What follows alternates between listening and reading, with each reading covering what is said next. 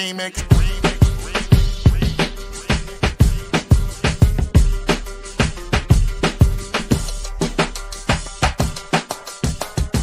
Remix.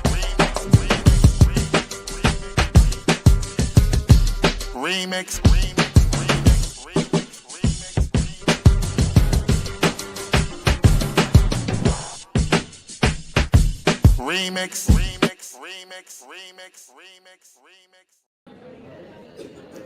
What it do, niggas? Yo, On the run. what's I'm telling happening? people I'm on the run. On the run. Amber done did it, y'all. They're gonna believe you. Stop. I think people already know you on the run. That's why they questioning stuff in the comments and stuff already. Yeah, they're already with the questions. Amber got all the questions. And all the I can't greetings. help that I'm the it girl. Like, I don't know what to tell you. It girl. What's up, chat? Welcome everybody to the Remix Morning Show right here on Black Liberation Media. Geechee y'all, Amber, Jared Ball in the building. Amber, what is your last? Amber Sherman. That's what it was. I'm glad I'm not on the run, nigga. Damn. I blacked out. I blacked out. So because I was in the elevator. So the only slight flaw at the People's Forum last week was that the hotel we were in only had like one working elevator for like 40 floors. So New York. That's New York.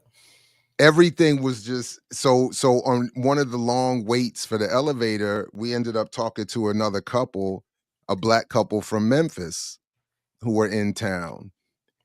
And I said, "Do you know Amber?"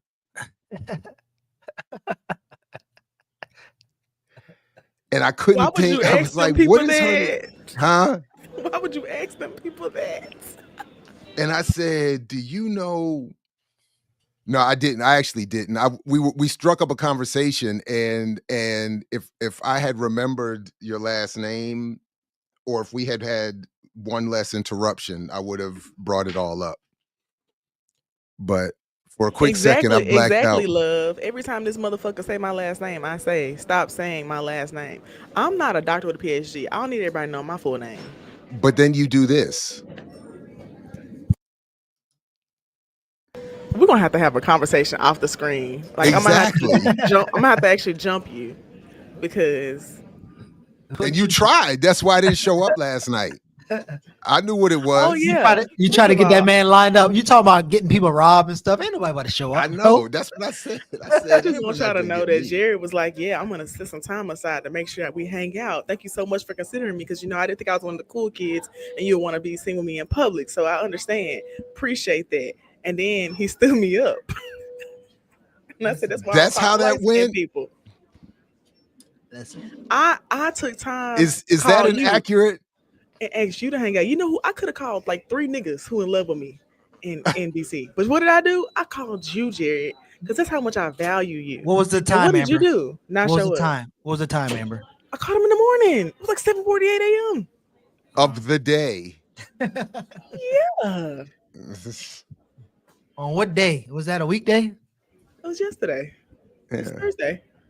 Oh, that ain't happening. Thursday. And I did try, but we had, it's a very delicate schedule over here. Mm-hmm. And that's why I need time. I need notice. That means you're not doing the stay-at-home dad part-time thing good because you're supposed to have like time. I know it's in my screen name, y'all. Damn, it was a joke. Why y'all can't laugh? It's Friday. It's a jokey joke. And yeah. But so also, I will say Dr. Ball doesn't usually show my full name from the comments. So usually I can get away with it kind of easily. But, But I was just trying to big you up, and I was just trying to sort of gauge the level of celebrity. I have never in my life said I was a celebrity. Y'all think I'm a celebrity. No, you said you were the it girl. I'm sorry, you're the it girl. I am the it girl. Like, let's be serious. Ain't you a TikTok influencer, they say? Yes. I'm not a TikTok influencer. I don't know where that came from. That's a different narrative. I I, don't te- be selling stuff on TikTok. I don't be doing nothing. I tell you what you are. You are on the hot seat. Uh, so Huey, Toure, and Kruma says, "Peace, y'all. Can we get Amber to say how she identifies ideologically? Also, who was her 2024 presidential pick?" That's a weird question, but go ahead. I just want to ask Huey why I was on his mind at 6:44 a.m. in the morning. Like you got me running through your head rent free that much. Why was I on your mind and your brain that early? 7:44 a.m. Eastern time. Like that's a lot. I mean, I appreciate the obsession though, because I would be obsessed with me too. They But just that was took a the lot. most. They did take the most revolutionary black name you could take, though. All three of them. All Huey, Teray, and Kruma is All is three of y'all. All the three of y'all. gangsterest name ever. I don't. So I would say ideologically, I do believe in some Pan Africanist principles, but I don't fully identify as a Pan Africanist. I haven't made that decision yet. I'm not a New African nigga. I do know that part. Oh, And yeah, Yeah, we you did sound talk a little bit about that before, and I I don't remember exactly how the conversation went, but I'm not really clear on what would be the problem with the New African. I like New Africanism, but I have no problem with New African niggas. Like I like them as people. I no, I know a said lot of. New Yeah. Africanism. I just don't fully believe in all of the things enough to be like I would call myself that. I think that I have to like fully believe in something, and like when I think about how I feel about it, I don't fully believe it. So I don't want to claim something I don't feel like. Okay, no, I get it. I get that part. I just wasn't. I'm not clear on what like what is it? What about it is what was the issue? I can't remember. For me, I don't fully. I guess I will. I want more details about if you're saying that we're gonna take over this land, this like these 5 states. Like, Mm, where do the other people go? Like, what does that look like? Not a bingo hall. Damn, y'all. I'm at the airport. Let's be a serious. bingo hall. That's funny. I'm just at the I airport, think and we I'm should have so a platform. dedicated that We I should showed do a up plat. anyways. We should do a platform wide bingo game though. We should have That a would be bingo fun, night, actually. and I would love we should that. have a new African bingo night to Now you introduce doing too Amber to much. the history and ideology of New Africanism. You doing too Now, much. Oh, the I sun don't. shining. My understanding of the New African concept does not entail or require the national sort of establishment of a nation here in the United States. So I may be doing it wrong. I may just be out of line or out of pocket for so long that I just don't remember. But for me, it doesn't require that. And Zoom in. We increasingly, can't see that. Zoom in. I used to struggle more with the idea, but increasingly I get it that the AAPRP version where the struggle needs to be over the continent of Africa and less so the land here. But um and I I get why I like and struggle with both sort of pieces of that concept or those concepts. But yeah, yeah. well. Yeah, But think I think I would want to know who. I mean, maybe Amber's reference points of who she's spoken to, because I've actually heard a lot of wild different things from different people, but then I've heard that there's like two different groups that call themselves New African, and one of them is definitely post or anti-capitalist, and the other one believes a lot of other things. So I just curious who you've heard about the politics of New Africans, and some of their lines. I've heard it from a few different people, and I haven't heard any wild like fables about like what that would look like for them to like take over that land. I just haven't heard anything specific. Like when I ask, oh, thank you. When I ask, like, how will that happen? I haven't gotten clear answers, so that makes me be like, I don't know what that would be like. I don't like that part. Also, a manifesto said the sun rose to shine on Amber, and I just said I want y'all to know I'm truly God's favorite. So love that for me. Love that for me. I love that though. Amber reduced chosen people to chosen person. She took it to a whole new level. I knew there was something to that last name. Aha. What are you talking about? Aha. What are you talking about? Geechee is on mute. What are you talking about? Oh, Sherman. Sherman. That's why I don't be telling y'all nothing. That's why I don't tell So, y'all nothing. Wait, there was something else so in here that I wanted to bring up. Oh yeah, somebody said I got a mic in the airport. I do. See how committed I am? I'm so committed to showing up. I got my mic. I made up a stage in this damn airport gate. Pay me.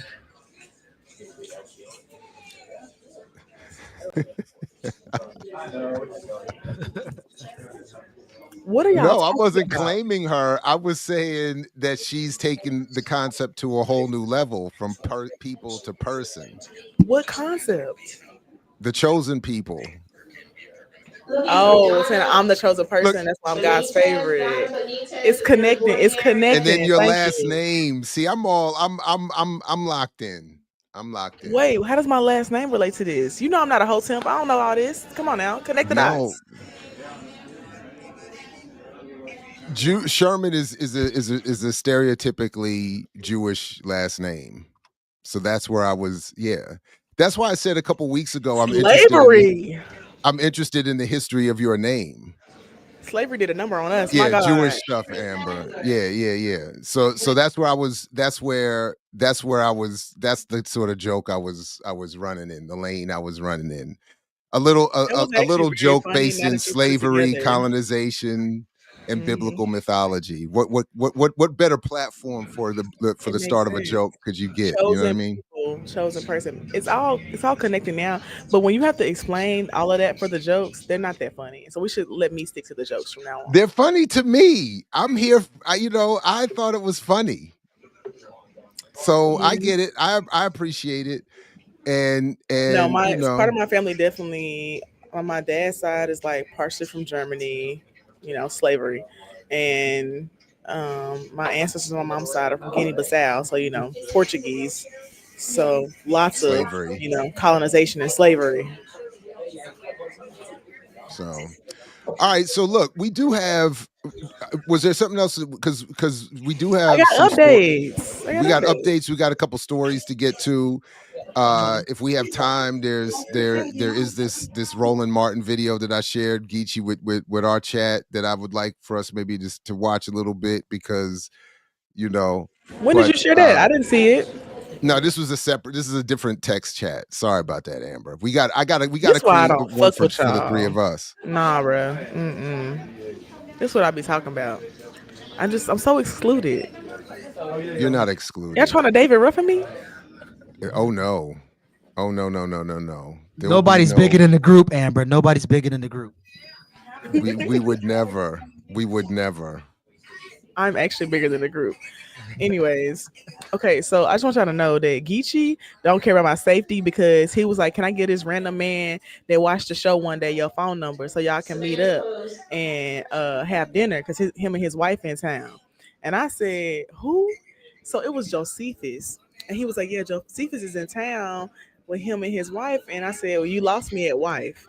Can we And get a I did pause? Can we get a pause? pause. You notice how you said Geechee asked me, can I give this rent? That means I am concerned about your safety because I asked you before I just gave him We the should have did a number. pause because we don't need you clarifying the Well, fact that I'm you do bullshit. because you do.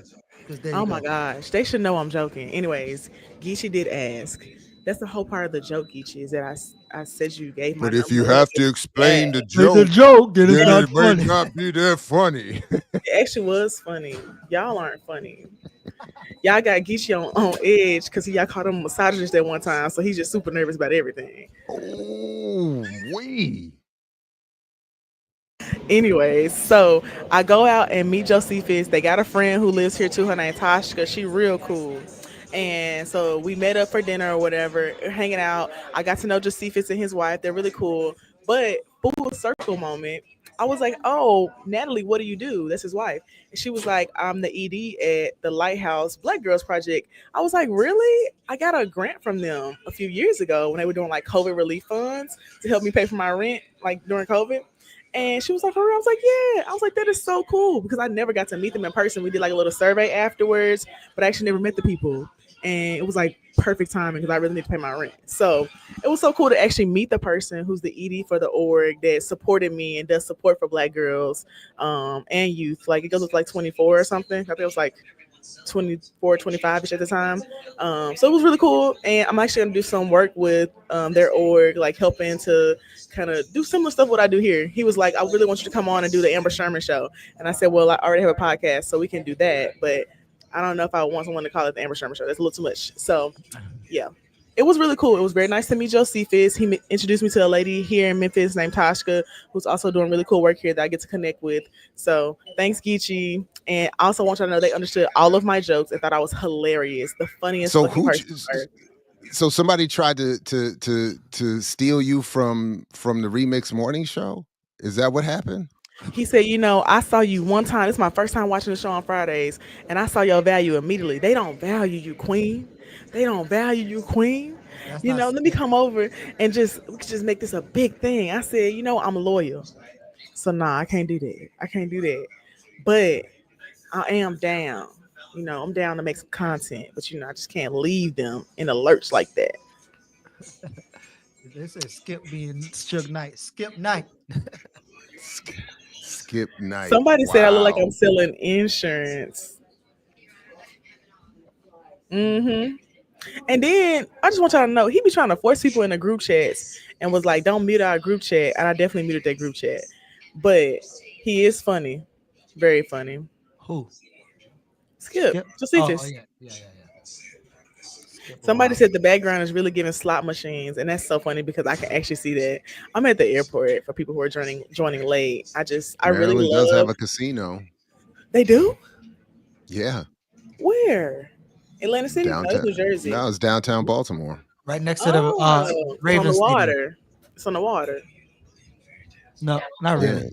Is the on the No, water it's. thing only in the South? Like they only have to be on the water in the South? No, I mean, it's near the harbor, but it's not on the water. yeah, it's like I'm going out talking of about town. like the law that requires it to be on the water. Is that only like something in the South, or is that everywhere? I've never heard of a law about on the water. That's how it is Manny in. says it's on. Oh Manny yeah, it's says on yes. Monty's on. Okay, yeah. Thank you, Monty. I knew I wasn't crazy because there's definitely a law. Maybe that's how they can take the money and run. Who knows? I know I don't know. DC one is on, yeah. Somebody said it looked like a call center. That's funny. Ooh, I've been watching these videos where all the scammers get hacked and get caught. Those Those are are some. funny. The only problem that I have with them, and here's my issue with them though, is that all the hackers are white Americans and all of their targets are Indians, Pakistanis, or some variation of continental Africans. And the only part I don't like, I do like that they catch folks stealing people's money, and they are doing some trifling stuff to people. The only part that bothers me is the racial dynamic and the absence of the broader context that produces all of this, because it is white, mostly North American capitalism and colonial conquering that puts people in these positions in the first place. One of the women, let me see if I can. I was just trying to That's revisit all of true. their work recently. One of the women who was at this economics conference that I was at last year, who does work While you on. doing that, I just want y'all to see that Monty said the in the chat that I need to go where I'm appreciated, and I agree with her. Well, apparently a lot of people feel that way, People love me. and they should. Everyone should be where they feel that they're most appreciated. I agree. Every single person should be Geechee, exactly where they are. Find but Jiggins' but comment that says, "I'm a hotep and I believe but the black woman is the but goddess if I of the could though, universe." but Amber, despite that, if I could just go ahead and finish the thought though, real quick, Yeah, if post I your could do just your work my way economic through it, thing. I'd Yeah, appreciate it. Yeah, because I go was ahead. in the middle of something there. Take your It time. was no. I'm with your permission, and I won't and lock the doors on you. You good? and and Kimberly Chong is her name, and she does the anthropology of capitalism. And one of the points that she makes, this was actually very dope. When you went to this conference, everybody got a card that has this on this side: the Post it structural again. violence, Put it up to racial, the camera political again. economy symposium. So you got a card Oh, I on love this side, that black guy on the little. Yeah, I have a T-shirt with him on and it. then on the other side, it had each participant, and Not a then a picture of blank you. space, and then a blank space where you would take all your notes during their presentations. So I actually it, like that idea. I'm gonna steal that for a it conference. is. So this was Professor Chong's card, and but what she was talking about, part of what she ended up talking about, or I ended up talking about with her, was uh the reality that after you get outside of the executive C suites or whatever in New York and wherever, once you leave that level of any banking institution, finance institution, the people that make it all work are often in the colonial territories, the expanded imperial territory. So it's people in India, Pakistan, various parts of the continent of Africa, and elsewhere who do a lot of all the call center stuff, but a lot of the technical stuff of managing the networks and whatever that move this and do all. So they do everything that you don't see. What I think is missing in these, I admit, fun to watch at times, hacking exposure videos, is this piece. It would be nice if it somehow could be incorporated into the fun and the often hostile verbal abusive situations between the two, that these folks are only in this position in the first place because of a broader imperial process, and then have been looped in through this extractive, hostile relationship with the finance community. And then it makes sense to me that if you're stuck in this situation, again, my own life, experience supports this. You put me into some job that I don't really want, and I'm forced to take. I'm a fine. I'm fine. I'm gonna find a way to finesse. If you're gonna have me sitting in here all day for pennies, taking calls in the service of your business or operating the networks of your business, I might just think about a way to say, look, man, I'm coming across a lot of people's numbers and accounts, phone, social security, and I'm going home to broke. I'm going home to starving. I'm going home to some overcrowded, housing situation, or whatever. I'm like, but all that said, they are doing some nasty things to people, man. They're doing some nasty things to people. So But to are the see people these that hackers catch they're them, doing that to? Are they white? Like, who is it? Who are they targeting? it's not always easy to tell. And in one case, one of the white hackers, because of the voice modulation and the argument, I don't think he was trying to do. I didn't catch that he was trying to impersonate some black dialect, which would have upset me, and I would have probably not. Probably I would have turned it off. But the target assumed he was black and started saying nasty stuff to him as a black person, saying, you're saying that's why I stole all your money, because you're dumb and you're black. And in that sense, so then, yeah. She was like, and then and then he caught her and revealed that he had, and then she's on there begging him not to turn her in and destroy her life and all this stuff, because they have some very sophisticated things set up where they're doing all this stuff where they're hacking into these people's CCTVs. They're, so that you're watching them on camera. they're hacking into their computer cameras. They're hacking into the, they got their little desk set up so that you see like they're pretending to be a person on this computer while running the computer of the target on this screen.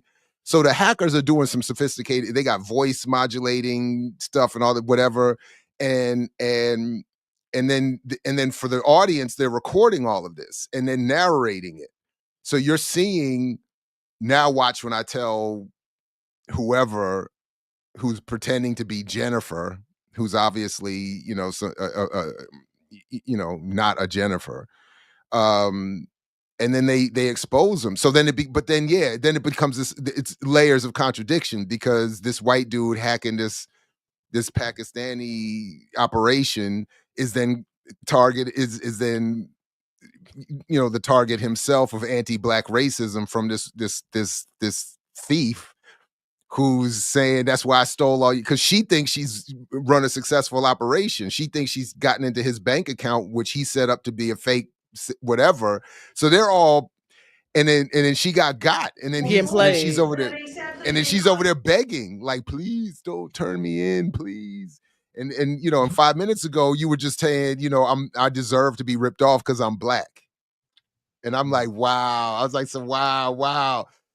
But so that's what I was. What is this? This is on like YouTube videos or like what? This is they asked in the chat what's the name of the show.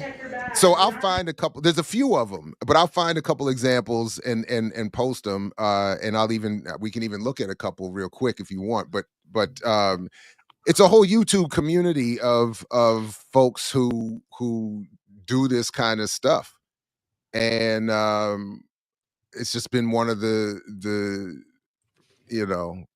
silly rabbit holes that I've gone down over the last I'm so interested because my Lyft driver was he does cybersecurity, and he asked me like what I know about cybersecurity, because I used to like really be into like hacking and shit.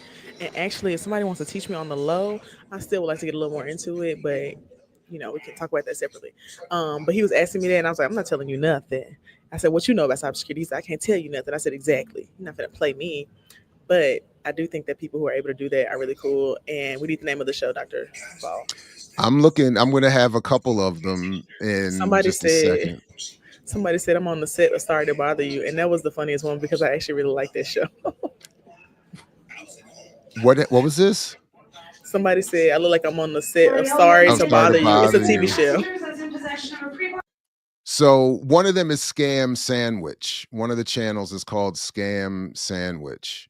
You seen that black lady show, Scam Goddess? No, I have not.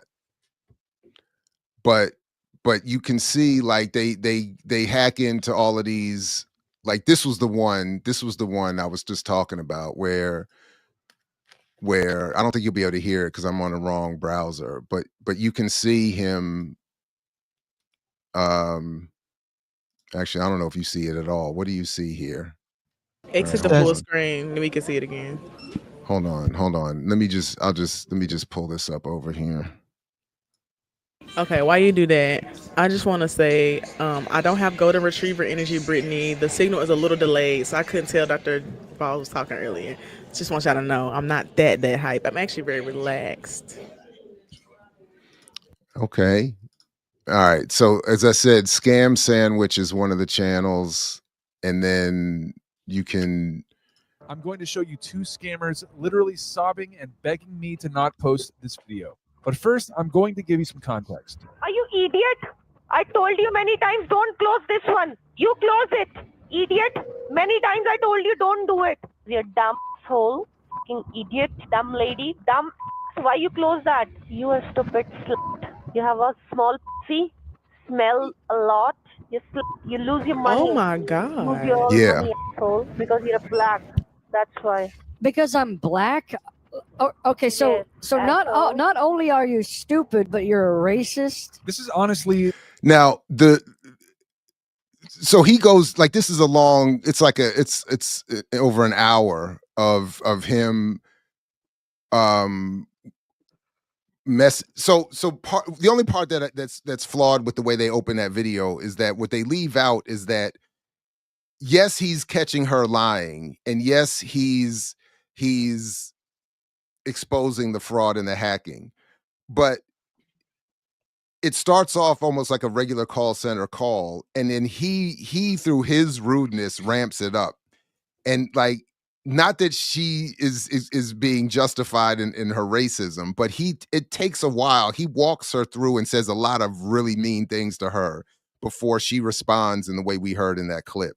So the So he clip is really instigated it. it's a little bit disingenuous. Well, he instigated the level of hostility. What he did not instigate was the fact that she and her husband or crew are ripping people off all over the place. And he did not instigate that she say something about blackness, but he said a lot of nasty. He was calling her names. He was intentionally trying to get her to get upset, and slow walk her into being exposed. But nonetheless, that's how it went. And then by the end of the video, she's up there like, please don't ruin me. Please don't. So that's just one of the examples. But Yeah, I'm gonna have to go look at some of these. But I mean, it is fascinating. fascinating. I'm not gonna lie, it's fascinating to watch. Yeah, go ahead. Because you were spending hours watching that. Well, in double time, and it's not always the only thing I'm paying attention to, admittedly, but yeah, I've spent many more hours than that, because that's just one, and I've watched many of these. So yeah. That's insane. Somebody in the chat said no understanding of the historical context of capitalism and colonialism with the scamming. As you were explaining that, like they were saying, yes, I'm glad you're explaining this, and I am too, because I do think there is missing context about the history of capitalism and colonialism with scamming. Well, it's the same thing that happens in other settings. Like look, it even goes to this whole thing of not to defend, but to come to more I think better understanding of why any group ends up where they end up in the socio-political economy or whatever. Been talking about Jews lately, but anyone so how does this group end up where they end up? And in this case, how do these I think in one case was Nigerians or Pakistanis or Indians, who are always so far the only targets of this that they do. Like for instance, I'd like to see them do more. Like, why aren't you, like, it's the same stuff about like Anonymous. Why aren't you hacking, like I used to say, erase my student loan debt? Like, you doing all this hacking, go in here and erase my He home. be focused on the wrong shit, and that's why I feel like it's only for sensationalism, not for actual impact. That's what I'm saying. So they make it sound like we're trying to protect people from being scammed, and they are. Like, people, like some of these old, and I'll admit, and maybe this is where my bias comes in, because it did happen to my mother, but even when these old white folks, you see them on here, they're losing everything, and it's like, damn. For a moment, I'm like, that's kind of fucked up, man. They just lost everything. But so they are doing dirt, but it's not the dirt. So that's why I'm also like, these channels, I've never seen them, at least. They don't ever, like, why aren't you hacking in to the United Healthcare emails and stuff? Like, hack into the CEO conferences where they're sitting in their boardrooms carving up everybody, like doing the real damage to people. Like, they don't, like, that would be hot. Someone says you should do something about the anthropology of capitalism, and I like that. I have been intending to, and she's already written the book, so I just have to get caught. I have a long list of things that like, I think a lot of us, that I just am slow to get to. But like, that's why I've put the cards back on the front of my desk here, because I want to revisit hers and a lot of other people's work, because there's a lot of dope work being done. And I know, like, and again, this is, when I talked about that conference before, I got a little defensive around academics for a minute, and was just trying to say, like, not all academics are trying to be trifling ivory tower traders. The ones that do try to do some good work are just rarely given appropriate attention or platform. So that's why that's but That makes sense.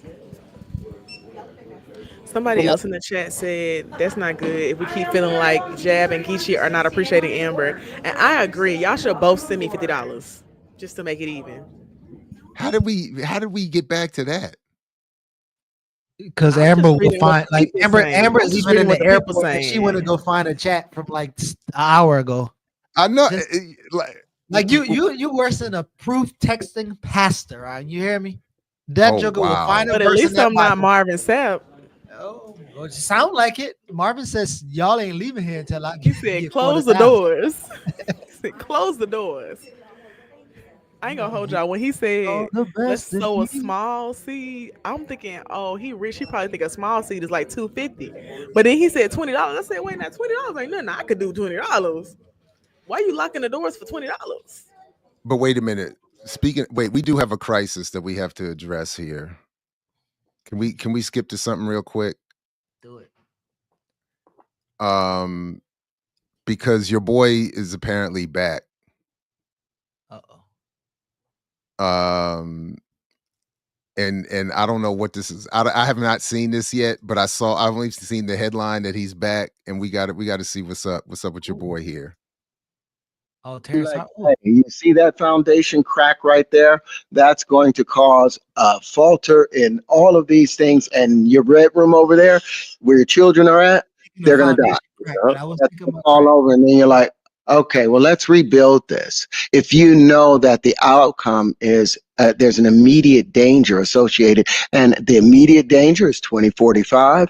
The immediate danger is the nuclear waste that Japan had to pour into its ocean because it didn't have any place left on land to put it. And now they can't even fish in the seas around Japan. They have to get their fish from Korea now because they were forced to put their nuclear waste in there. And Jeff Yee and I, we just wrote a paper on the neutrino gun that's able to reduce or increase the amount of radioactive decay so that things can get back to a normal state. But I've got another state that makes it much easier that another patent that Chris and I have done, where you can actually refold that nuclear waste back into its natural state in a simple way, just with pressure. Because remember, if you guys could demonstrate that, because nuclear is a fantastic option if you can deal with the junk that comes out the other side. Well, think about everything. What happens with radiation? Radiation is about temperature. It gets hotter and hotter, but temperature is what? About a tempo.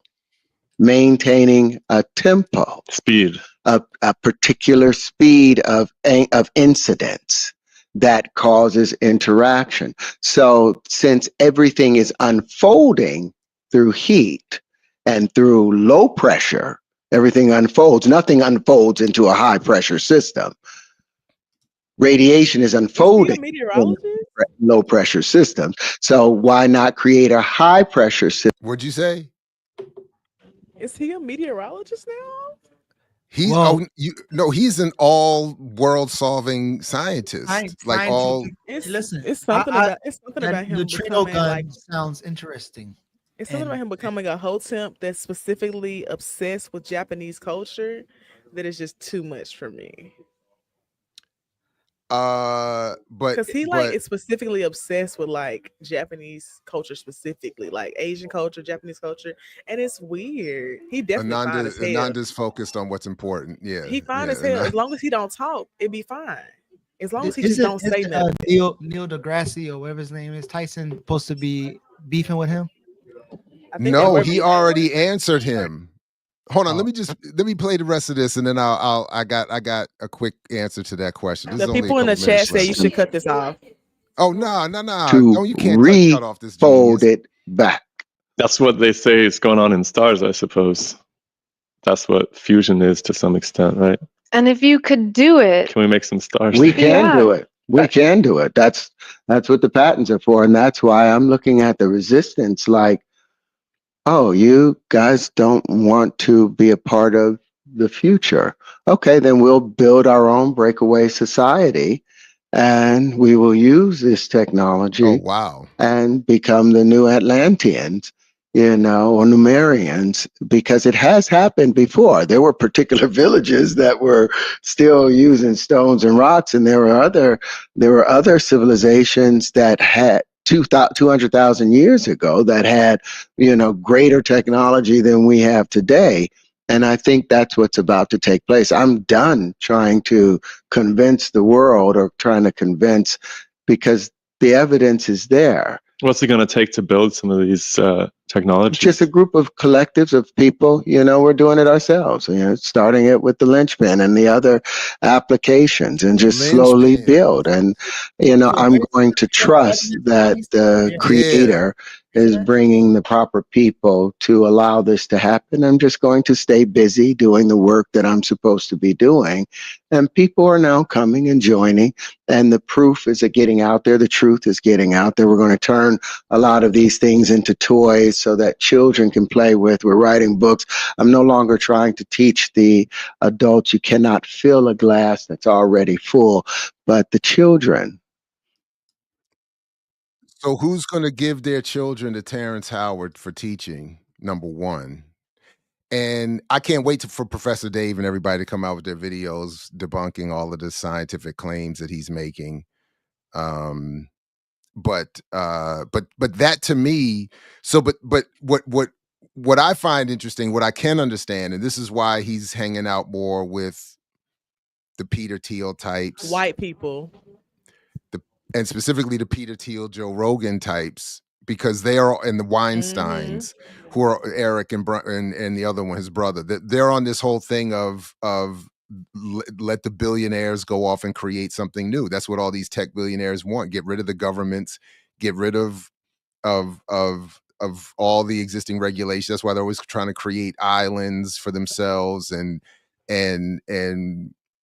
be free of society's bonds and do whatever the hell they want. And that's what I start hearing when we're just going to build this special Atlantean, new American. So you talking about new African? He talking about new American Atlantean, and some American Wakanda for billionaires. I was like, who do you think he is? King Titus? What is this? Dude is. I would love to have seen the off the record conversations when he just did that movie with Sam Jackson and all of them. What is really going on when the cameras are off and this dude is just sitting at the craft table making a sandwich? Like what is really going on? Are they really over? Are none of them over there like my guy? Get off of whatever you sniffing and no, because he's sprinkling that shit in the sandwich. That's the problem. Now, there is a video of Neil deGrasse Tyson responding, because not to this, but the last time Howard came out, video. Howard called him out and basically, I mean, I guess we could find it if we want, but the short of it was okay. Well, the short of it was he was saying you don't know what you're talking about. Like the science is wrong, and you don't know what you're talking about. But they like this idea, and this is why Weinstein and Peter Thiel and Rogan and all them like this stuff, and why they had his other buddy on, the other black dude, talking about the what's his name? I can't, all the other stuff, but because underneath it is this logic of the super wealthy have all the answers, the establishment is blocking freedom. And if we get rid of this establishment, we can actually advance society in important ways. We just don't want all these rules. We don't want anything akin to democracy. We don't want anything akin to workers' rights. We don't want anything akin. They literally want kingdoms and feudal dictatorial situations. Yeah. So if something happened to Terrence Howard's, not wishing anything on him, I'm pretty sure everybody's gonna say the government took him out because he was speaking that truth. They definitely gonna say that, because that's their favorite line to say. Also, for the Fine as Hell warriors in the chat, I said he was fine as hell because I'm used to seeing him with some facial hair and look a little different. He actually comes to Memphis a lot. Like I don't know if it's because of Hustle Flow or what, but he comes here a lot and does like events and stuff. And he looks way better. Like this not having no facial hair thing he got going on. It's not cute. He needs to figure that one out. But I also agree with Ashy Knuckles that we should have a podcast with Orlando Brown, Jaguar Wright, and Terrence Howard. I feel like that would be straight up chaos. No. That would be the best time spent in the history of media. And I ain't gonna hold y'all. Orlando Brown gave us the hit of the year with "I Want to Make Love to You." So I feel like he's really done his deed for the year. I don't know anything about that. Y'all but haven't I'm heard with, this song on TikTok? Never. It's like, "I want to make love to you. Oh, oh, baby, there ain't really much to say," and it's just really catchy. No. They hurt. Anyways, Geechee, does the mic volume sound better? Yeah. Actually, I even turned my joint down. We good. Okay. I was trying to make sure. Okay, back to serious things though. So yeah, I do have somebody said I got a podcast roster in the chat. I would say a show roster because it's not a podcast. It's like a live show like we're doing here. But yeah, I think I'm gonna add that one to my roster and do some interesting content there too. well, hurry up and do it, because if you're going to be mistaken as someone to be targeted by ICE, you might need to get all your work out now. Did you all so in addition to please check out Saturdays with Renee from last week. Tomorrow's gonna be a dope show too, by the way. But there's more of this stuff going on. ICE abduction of tough students suggests a pro-Netanyahu spy network is policing students in the U.S. Another distinguished student scholar was just forcibly snatched off the streets of the United States by the Trump administration because of her political views.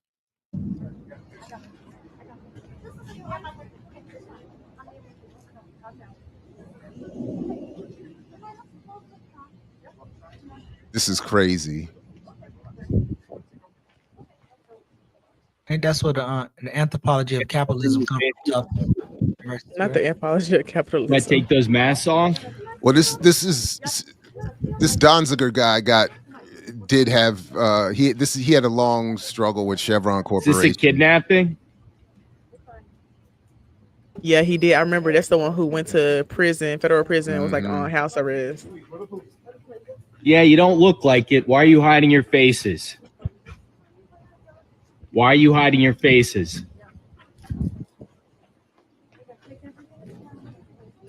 Is that a black man too? The black man with that hoodie?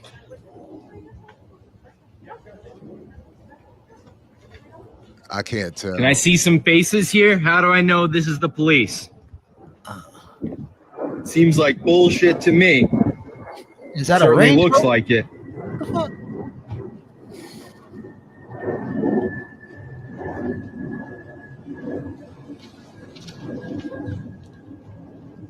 This is a tough student, grad student, and Fulbright scholar, Rumaisa. Bit of a kidnapping going on here.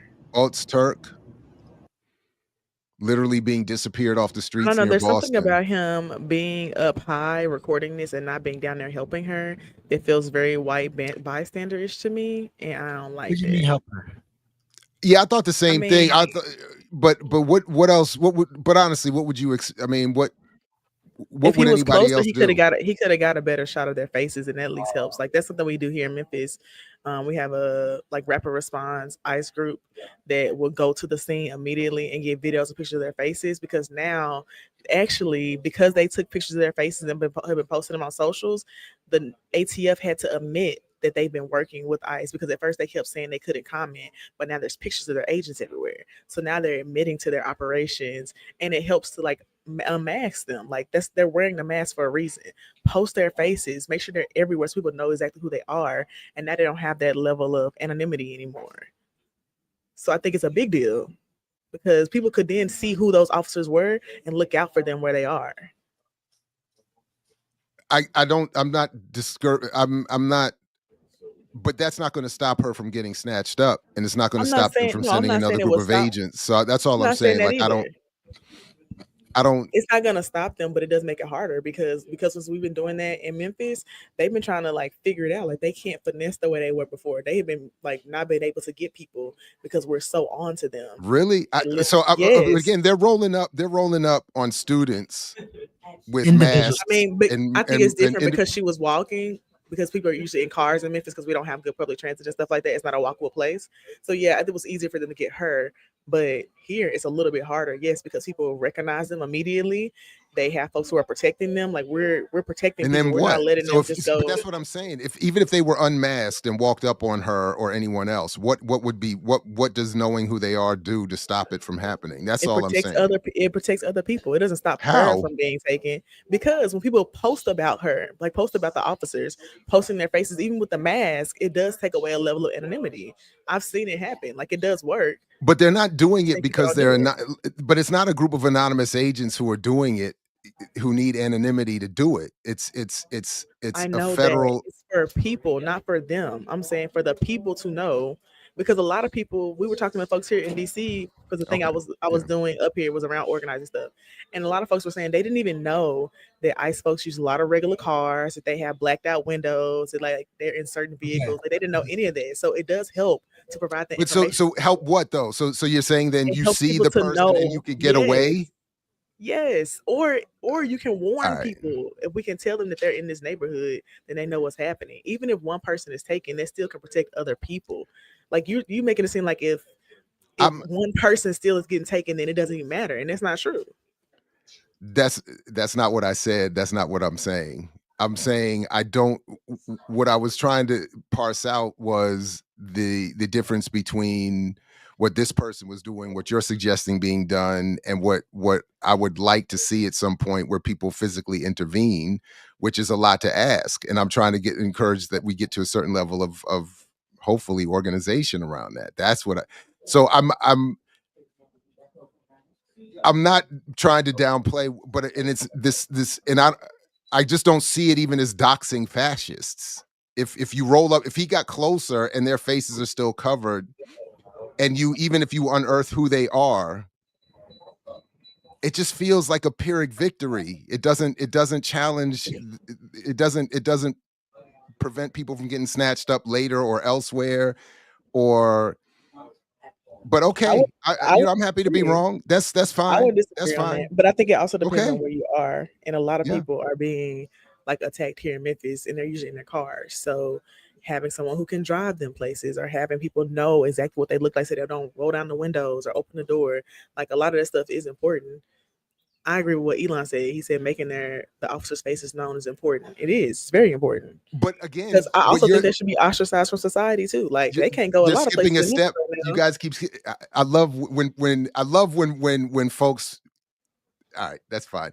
Please What's the step? understand, What I skip? Explain it. you and others are skipping a step because going down there, you said get closer to get better pictures of masked faces. So it's not necessarily unearthing or uncovering their identity by getting any closer.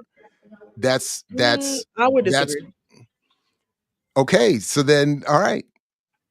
Because for me, it's not just about like unearthing their identities. It's also showing what they look like to other people. People don't know that they're wearing masks. They're in all black. They might have a little badge on them. Like it's important to show what that looks like. Listen to Elon. But also, Elon, I don't think every Tom, Dick, and Harry is fine as hell. I think Flavor Flav is ugly.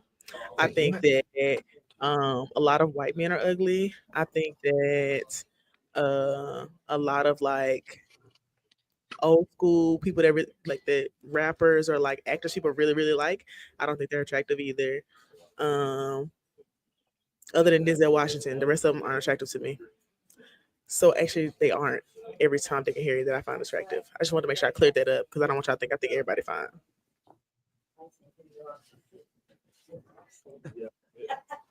So back to my organizing idea that Dr. Ball said was stupid. So I do think Keep it up. Keep doing that. Boy, this is a reminiscent Friday, boy. It is in the chat. Yeah. Just go where wrong with it. Yeah. They know Yeah. I'm joking. I don't know if the chat knows I'm They joking. don't know I'm you're joking. In the Oh, I'm chat, there's sorry. many in I'm the chat. As joking. you were just alerting yourself. You just finished saying yourself how the chat doesn't know that you're joking. I think Thought this about is it. this I'm is sorry. this is it. Maybe Kamal. It does not matter what they look like. They have badges, and unless we are organized enough to stop them or to hide people, individual videos help, but they won't prevent. And we have been able to stop them. We've seen them a lot of times in Physically. neighborhoods. And had, Physically. like, yes, that's what I'm saying. Nigga. Well, that's what I mean. I'm saying what you said earlier about the videos, and I'm just making sure that you're saying physically because that's actually what Jared was trying Yes, to. that's what I'm saying. I'm saying that girl obviously wasn't stopped because she was walking, but we are able to stop a lot of them because folks are in cars. They're not walking around. We don't have good public transit in Memphis. You need a car to be anywhere. So usually they're in cars or they're in other people's cars or people are taking them different places. We have a very good organizing system in Memphis, actually. So that's what I was referring to. But I'm saying that wouldn't work there because obviously people are walking everywhere because it's a very walkable city. Yeah. So my idea was still right. I applaud all these efforts. I am unaware, admittedly, because I'm just an aloof bougie scholar, so I'm unaware of the reports of ICE being thwarted in their efforts to grab people due to the high levels of organization of certain communities, specifically in Memphis. Good to hear, so we should be learning more about that, and because I still don't see, I'm not seeing. Yeah, I just don't see it. But how else? How would I? How would I? I do think that the systems are there and happening in other cities too. I just think that it's very low key. It's not as big of a deal because we don't want everybody knowing that we're stopping these things or doing other stuff. So I do think that there's a lot of organizing happening that we just don't know about, which is okay. We don't. Wait a minute though. So, but why would, if they're successful so are. What? All right, so fine. If not on YouTube, I hope that there are networks in existence of people organizing successful ICE prevention mechanisms that are being spread throughout the communities in question. Yeah, I mean, I don't know what it's like in she goes to Tufts University, so that's Massachusetts. I don't know what it's like in Massachusetts. But I just want to highlight that Monty said that they understand your thought process, Jared. But I think that Amber is right here because I've seen that in action. So I do want you to know that that is occurring in other places. I think it might not be just very widely known, mainly because we're not immigrants. So like because I have one of my best friends is Mexican. So because I have these people who are connected to those groups doing that organizing, then I know about it. So without getting into personal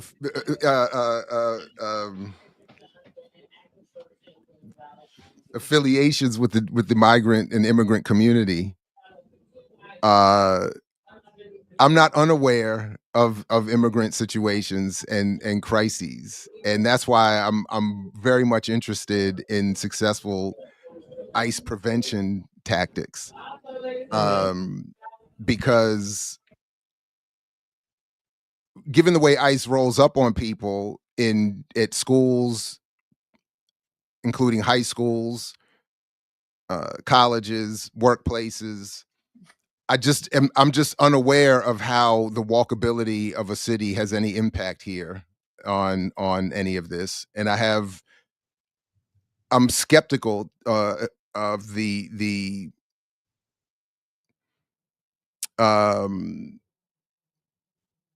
efficacy of the difference between what we saw that person doing in the video and what you're calling for.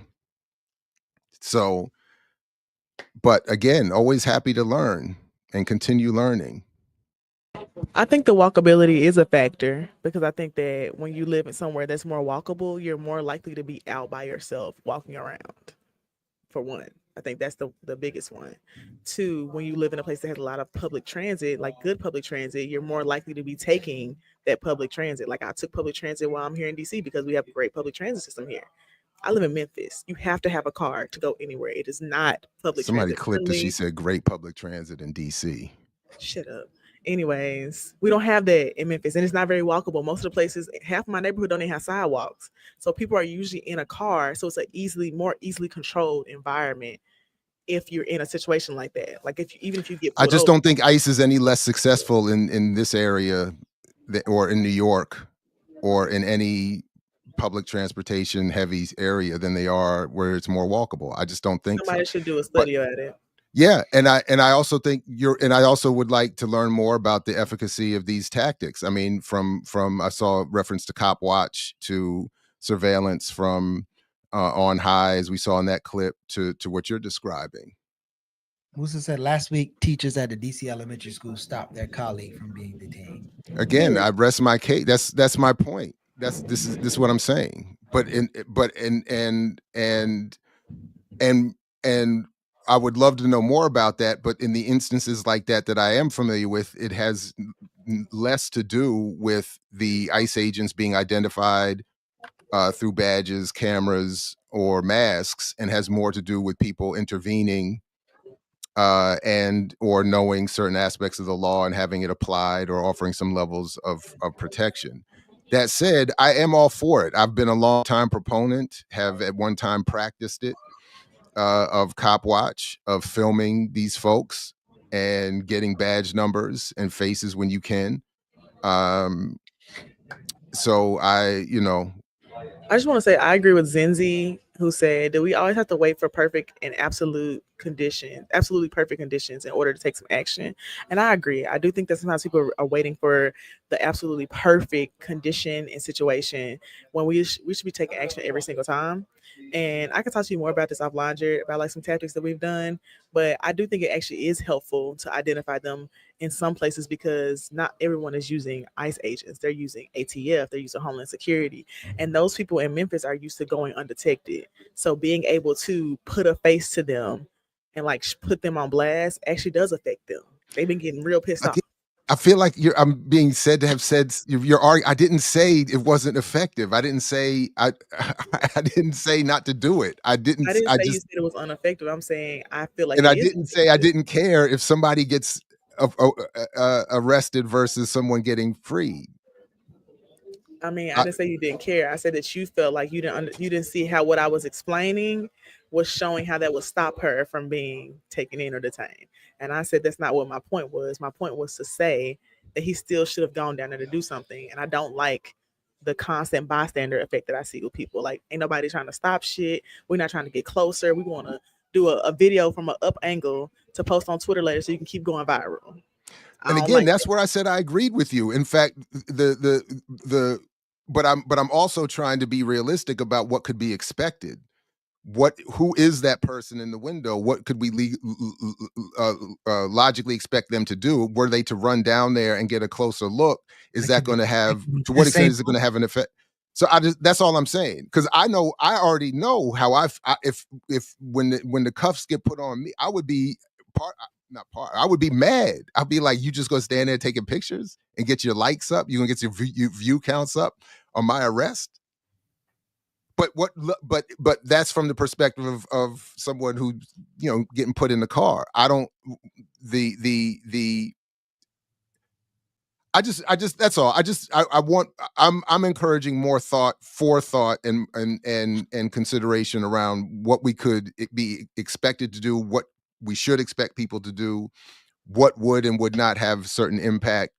And yes, I'm happy to get the offline education.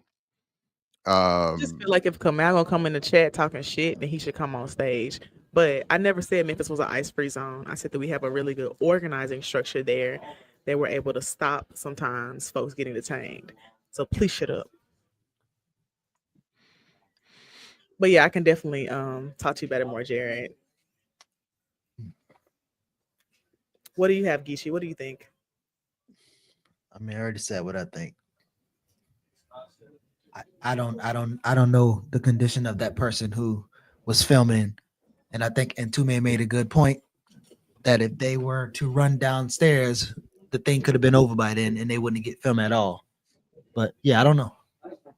That's also a funny point, right? By the time they got down there, she'd have been or they could have been farther than you think they have been because of the camera zoom. Or I mean, it could be a lot of shit. I don't know, but I know that we got to see it and talk about it because they filmed it. But I also agree if they are organized, if they do have situations like you said in Memphis, then yeah, they could have done something. But that one person with the camera is definitely not in position to do much of anything other than what they did. Yeah, I mean, I don't think we're stopping every single instance. I just think that we've been successful in stopping several. And it's always you can always build on the tactic. Like there's always more organizing work to do. So like once you have a good process in place, like how do you build on that even more to be even more successful for each time? And I agree with Kamal, like you're obviously not going to be in the car 24/7, which is why you need to be organized, since that's your favorite word, Kamal. Which is why you need to be organized, so that when someone does need to get out of the car or go somewhere else, there's someone else to help them. Who put the link in the first of all, everybody who's here, peace to everybody. Welcome to the Remix Morning Show here on Black Liberation Media. Make sure you've liked, shared, subscribed. Put this in your socials, support the Patreon, blackliberationmedia.org for more. And again, as I said the other day, fresh off of that platform-wide meeting we had last week, I'm super impressed. And again, want to encourage people that if you've ever had any doubts, if we were ever not in your top 5, this is the best time to reconnect and enhance your connection to the platform. As this is what I really want to say, how I want to say it, as the youth, as the young are stepping up and assuming their generational positions of leadership and power. It's a beautiful thing. So everybody should. Not you calling me young. Actually, you weren't. I wasn't thinking about you in particular, but you are young. You part of. I was. Only because I'm thinking of the call itself, and Amber, it's not a diss. I was just saying I wasn't taking a shot at you. How old are you, Amber? Like 27? That reaction wasn't full of for you. I got a text message that threw me off. Sorry. But no, I was just shocked because y'all always talk about how young I am. So I was just shocked you would give me some credit. No, it's other youth. It's other, and they're actually not that. My other part thing was that they're not all that young. They're just younger than me. Exactly, Yipper. I don't know what the problem is. He shouldn't take me so seriously. Everything isn't about Jerry. I'm full of shenanigans. I'm very unserious. This is actually my favorite place to come and talk about politics, but also be my very unserious, funny self. So we should not be taking me that serious at all, to be real. So, but anyway, so definitely link up with the platform however you'd like to support. Make sure you come back later for Darker Than Blue. Make sure you come back tomorrow for Saturdays with Renee featuring Davon Love and Leaders of Beautiful Struggle. Make sure you come back for Sundays with the Ear Doctor. And I'm actually developing another sort of take on the 100 Years of Malcolm for Monday, which I think is going to be, it's already proving fruitful. And I think series. I appreciate that. And it's Hiram Rivera's idea. So salute to You Don't Read, Mr. You Don't Read Beloved himself. It makes sense that it would be his idea. Yeah. And also my poor execution of that incredible idea makes sense. So it's all, we're all in. I actually thought you had great execution. I really enjoyed it. I'm just playing. It's been all right. It's been some tech issues though. I really don't like not having to be able to do it live, but there's been a couple of tech issues. Making these platforms communicate with each other sometimes. But anyway, the point is, I think I found, so as I mentioned the other day, when I found this article on the Colonial Informant, which I still think is one of the best I've read in a long time. It's such a fascinating and well-written article. But sometimes, when kind of like what I was saying, like when something is on screen, when I'm watching, these scammer videos or whatever, I'm also perusing academic journals. I just kind of like to do it. I'm not always reading everything, just to see what people are researching, some of the topics. I'm actually fascinated, and one of the things that I hate about the many things I hate about this, well, all of these administrations, but this new one in particular, is this it's promoting more of this anti-intellectualism as a and and there's all these people doing all this brilliant research on all these fascinating things, and it's just so but anyway, but I've so for the 100 years of Malcolm, I've just been collecting all of these different articles written about Malcolm from all of these different fields and perspectives. And Malcolm X is one of the most referenced, a point I hope to make Monday in terms of his ongoing importance. He's still one of the most referenced people, got to be in the world. I mean, there's so much still being written about him just in the last few years. So I feel like people always find a new angle. Yeah, about, because he said. Absolutely. But one of them that I found was an older symposium about Also, I gotta go, y'all. Sorry, Dr. Ball. Oh, damn. I gotta go. Oh, well, safe travels. Okay, Thanks, my guys. bad. Damn, I didn't know we. Okay, my bad. Safe I travels. gotta dip at like 9:15. Did you tell me? My bad. I didn't think you told me. I don't remember. But my bad. I did. But I'll be back Safe next travels. week, next Friday for the full time, guys. I know you'll miss me so much. We will. The show's about to crash. Thank you, Amber. The show's over. We might as well just hang it up. Amber's leaving everybody, so safe flight. So See you soon. Peace. I have actual articles to talk about next week since y'all said I play too much. Okay, bye. Oh, damn. We didn't say you had to do homework. I'm not saying that. Help piss the flight attendants off and let the pilots. Yeah, be easy with the flight attendants. I like to do a mix of, the unseriousness and the seriousness. Also, I just want y'all to know, several people reached out to me and emailed me from last week that I connected with. So if y'all still want a workshop, feel free to email me too. For people in the chat. Okay. Email Amber. Peace. Wow. All right.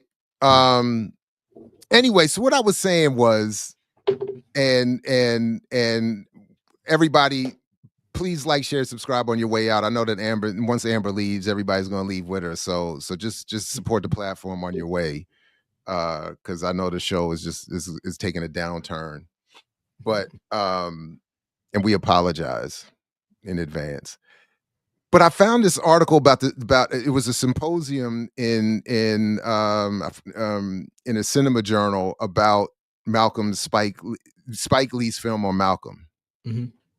So the little teaser I'm throwing out here from Monday's show is that I think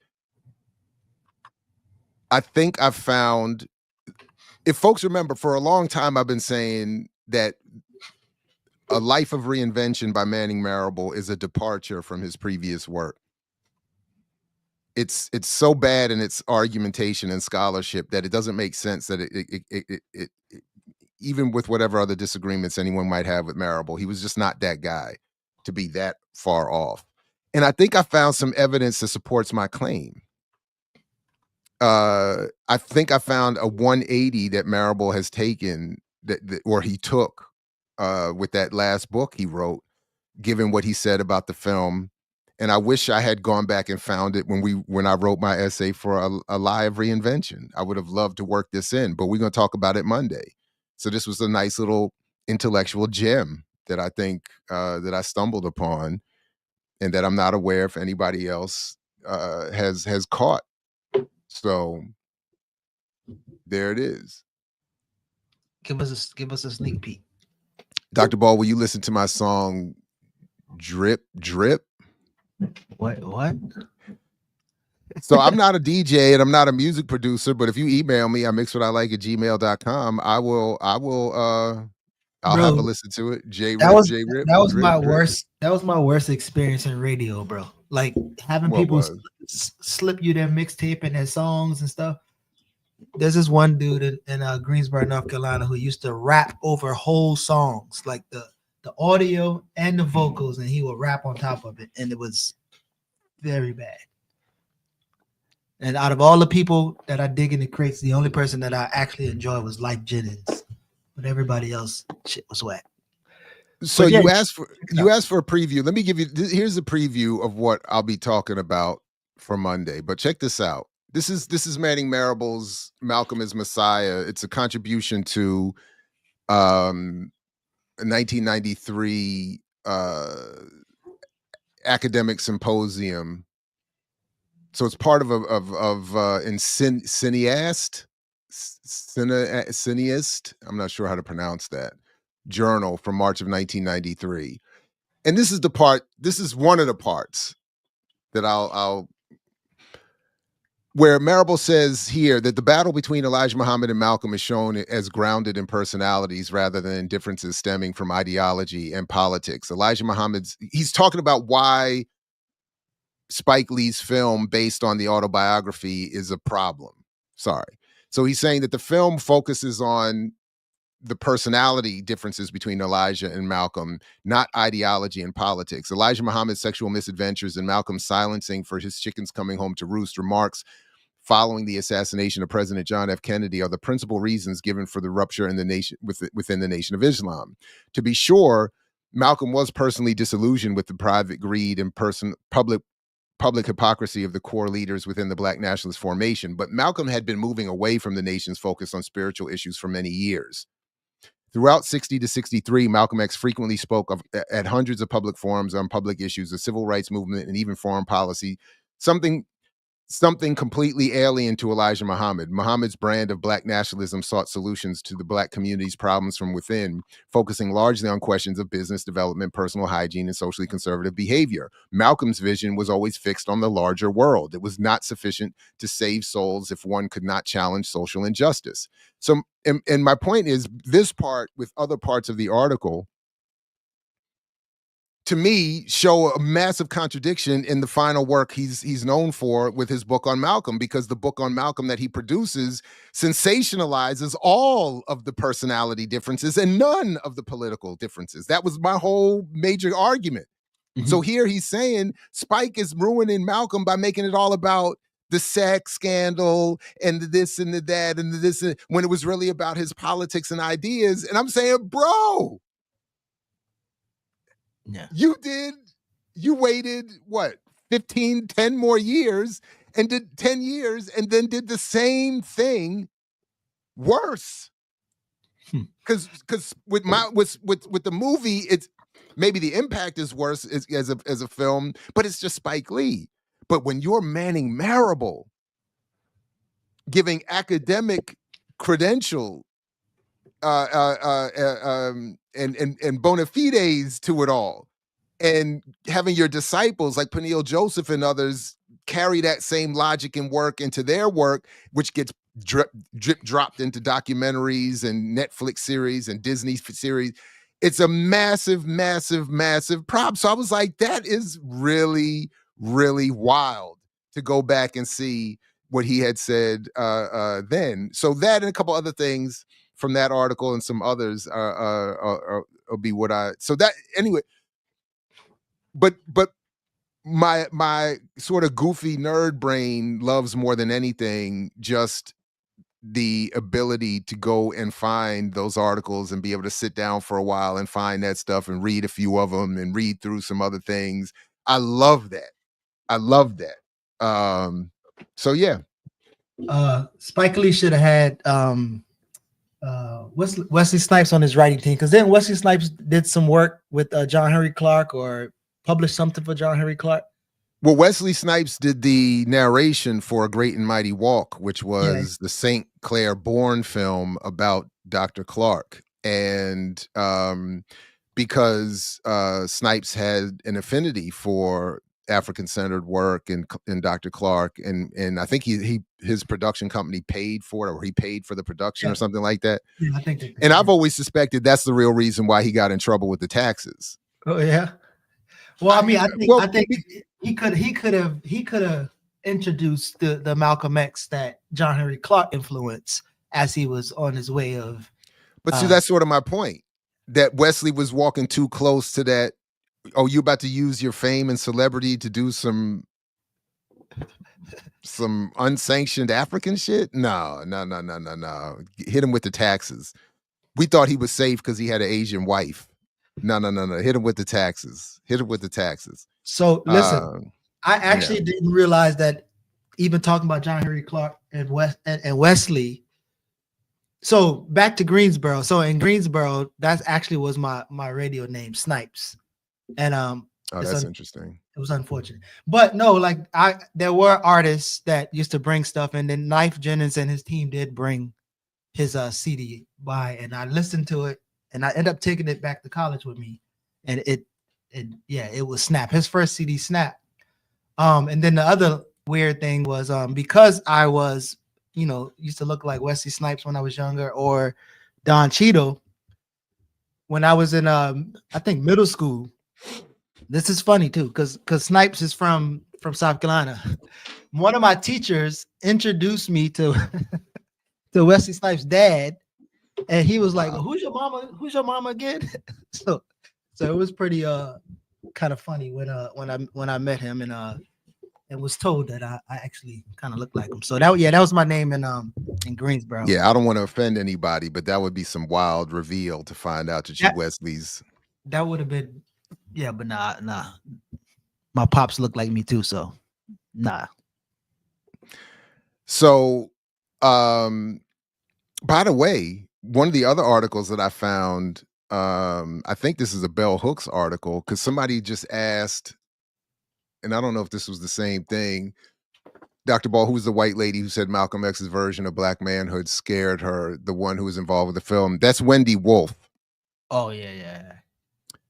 Wendy Wolf said that, and I will, and I'm always happy to pull this up. I will show you exactly where you can see her say that, and then you can see there's this beautiful moment at the end of this talk where during the Q&A.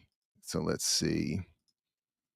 If you go, of course, to imixwhatilike.org, where you can learn more about the book and see more of our discussion. I included here in this little, and then I have a summary of her, because at the time I wish I had seen this before we had published the book, or Alive of Reinvention. So I remember I went back and wrote this short summary of what she does here, and you can watch her give this talk. And it's during this talk that she says she was, a middle class Jewish woman from the South who grew up afraid of Malcolm and black radicalism. And, so that's why it was such an odd, fascinating, opportunity to work with Marable. And if you go back, I haven't done it in a while, and I have never used, you know what, let me see something here. Let me just do a quick one while we're here live. Because I've never done the transcript search for this, but because she says the word "we" a lot. So up until a couple weeks ago, when I was at the Africana Studies and Research Center at Cornell University and had a chance to build with, among many other people, Dr. Margaret Washington. It's all great. Check the channel for all of that. But Dr. Russell Rickford was there. And again, this is not speaking out of turn because he said this publicly. I asked him publicly. I shared my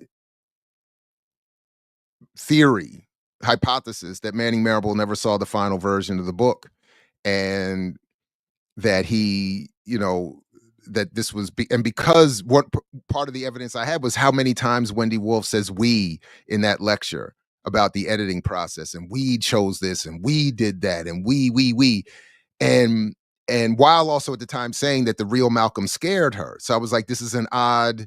So now you want to shape what's going to become the definitive book about Malcolm, as someone who was afraid of him in life and his politics, and as you should have been. And but when I shared that, Rickford said publicly that he disagreed with me, and that he thought Marable did in fact know full well what the final version looked like, and that he and Marable disagreed and had what for Rickford, and I can understand this if you're talking to somebody you consider a Jegna to you, to have to disagree with them, and he had this serious disagreement with him over the ideology and the politics of the book. It just would have been nice if Rickford could have shared some of that at the time that he took his own shot at our book, and all this was being discussed publicly. Would have been nice if he shared this back at the time. But the late reveal is, I still think, important. And although it does bother me that my thesis is perhaps wrong, because I'd prefer that Marable never saw I like that version better, that he never saw the final version. But then when you read, as I just showed you in that article, it kind of goes back, makes me feel like maybe Rickford is mistaken, although it doesn't make sense that he would be, because given his proximity and working with Marable and all of that. But I'm sitting there saying, look, I mean, then he just did some sort of political 180, some sort of analytical 180, because how then do you how do you write at the beginning that Malcolm may have been gay because of a story that someone else recounts, and then by the end of the book he just is gay, but then you're saying that Spike's film is to be condemned because it only focuses on the sensational and the personality and not the politics, but you don't do that. You don't focus on his politics either. So it's I feel like Ben Crump gonna make a documentary about Malcolm soon. He probably will. He don't get his a little paid. And he's been spending a lot of time at the Shabazz Center. So, but I wanted to get your reaction. So I played this clip a little bit on the show.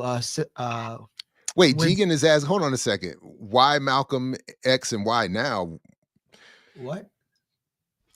When not Malcolm X and why not now? I don't know. I don't know the context of the comment. I just saw that. And who is that even? Who's the person? I don't know. Jigen said it. I don't know. I can't find the comment. I don't even know if I saw it in context. I just I don't know. Just what did that say? Machine. It could be Rage Against the Machine. Okay, never mind. Anyway, no. So I played this clip during Dare to Struggle, Dare to Win Wednesday when we was interviewing John Jeter, and I sent it in the chat. And because I also want to get to the weird stuff that your boy Roland Martin doing. But before we get there, this white worker conversation has been kind of interesting. And I played this clip a little bit during our interview, but I want to play it for you now and see how you respond to it. But this is some of the Trump supporters who are particularly white working class, maybe, reneging on their vote. And we were informed that, hey, if you didn't get the email on Monday, you're safe. And I'm like skipping down the halls, right? I get to stay. And Wednesday, late afternoon, why the echo? we received a notice that I have an appointment, a Teams appointment with my supervisor on Friday at 9:00. So I knew that I wasn't safe anymore. Oh my gosh, yeah, Nathan, that's like the hardest part for me, honestly, because I'm a wonderful worker. Any job that I've ever had, I feel like you should do everything unto the Lord, and I do. And to be sitting here today and know that follows me, that I was fired for performance based in any manner. I have wonderful reviews every year of my employment. I literally just had my last review in January, and it was outstanding. When you lose an income, it's painful. We've had conversations about what our future looks like. We have, as you can tell, we have a small home. But my husband and I have said, if we need to downsize and get a, 1-bedroom home or even a 1-bedroom apartment, we'll do whatever we have to do. But it's hard. It's wrecking. Stop researching with ChatGPT. Its information Are we is done with this? Did you mean for that to keep playing? Oh. So you're asking what I think about this? Look, as I said earlier about, I forgot what exactly we were talking about, but look, initially my reaction is, I admit I feel bad for anyone losing their jobs. I admit I being raised with a certain worldview about employment and labor. I have a hard time enjoying people losing jobs and homes, of even people who I know I don't like. As I even shared, the dude that years ago at Morgan tried to goad me into a fight in the hallway, this staff member. the closest I've been in maybe in any context in years to actually physically fighting somebody. And I had an opportunity to get pushed for him to get fired, and I didn't do it. I was like, I can't do it. I would rather, my attitude is I would rather us go out to the street and both of us lose our jobs and both of us get locked up over beating each other to pieces than me get you fired because you did something wildly wrong. But I would rather, I can't. It takes a lot. It would take, I don't even know what it would be because I've never been in a position where I would actively have gone for somebody's job. I just can't. I would rather. So that said, her racism, her white patriotism, her white nationalism makes it difficult for her to see what she needs to see to act appropriately to protect herself and others. Right. So she's saying almost the same thing. I would rather lose with whiteness than win with some sort of more broad solidarity community. So before the Chat GPT commercial, she was about to say that she agreed with the excess spending and the cuts. She just didn't know that her job was excess. That's what I'm saying. So that's what I'm saying. Because all they ever really have are these narratives and myths around whiteness and everything else to protect the fact that they are ripping everybody off. When I shared a couple weeks ago that drive back from Ithaca, you take that drive down the East Coast, it is a reminder of all the white poverty out here. It's just so much white poverty out here. White people in little houses and worse houses than that. But they all got their flags and their Trump signs, and they all quietly believe that it's the black people and the immigrants that are messing them up. And if we could just, and they all, look, I was just reminded, who was I listening to? They were talking about Howard Zinn's A People's History of the United States, which is an incredible, incredible book. I drove back from Ithaca. I've went to New York and then up to Ithaca and then drove back on the way back from that conference I was just talking about at the Africana Center. I like those long drives, and it's scenic, it's beautiful, not a lot of traffic, and then it's also a nice reminder of the class, but they're talking about Howard Zinn's People's History of the United States, which is a great read. And the point that they were making was that you have to remember what this country has always and ever always been. From the very beginning, as Howard Zinn talked about, it's a country based on settler colonialism, genocide, enslavement, class exploitation. And he reminds that the so-called founding fathers were all super rich exploiters. George Washington was one of the richest people in the country. And if you read that book, what they didn't mention was that George Washington participated in killing his own troops who wanted to leave to go back to their farms that were being taken by Lafayette and Washington and his whole crew as all the poor whites were out there getting shot up on the fields by the British. So that's what she is. She's the modern day soldier George Washington kills when she starts to say, I didn't think that all this colonization was going to hurt me. I didn't think you meant you were going to take my land, my little house. And George is sitting there saying, nah, what you think is happening here? Get back out there. Oh, you not? Click, clack. Yeah. I'll shoot you with every Indian, every African and Brit. So I'm like, no. Listen, I agree. I even still carrying on the Snipes conversation. Leaving Greensboro to go back to college, Eastern Kentucky. I've never seen white poverty like that ever. Like I've seen trailer parks in South Carolina, but I'm talking about hollers and all the teeth missing and like running water like sludge pump. Like I've seen it. I think the one part comes because she said it that she was expecting the black folks to lose their job, and then another person on that clip said, "Well, I thought my daughter's boss was going to get fired so she could be the boss, but they fired both." But the idea is like you actually want me to be fired, and then when you get fired, I might be like, yeah, okay, cool. Both of us ain't got no damn job. and you might get better. You might even get more unemployment than I do. So I feel like there's a little struggle because what I was asking John is like, okay, does that show you that we can actually build a serious working party? And then so I think it's interesting where. And yeah, I gotta go back and watch. Yeah, sorry, go ahead. Obviously, not all white folks. There are white folks with some level of class analysis, but that's a large segment of, as you were saying, white workers' sentiments. Again, this is always the critique of the white liberal. That the reason the white liberal ends up on team black is because they have no impact in their own community. So that would be the point.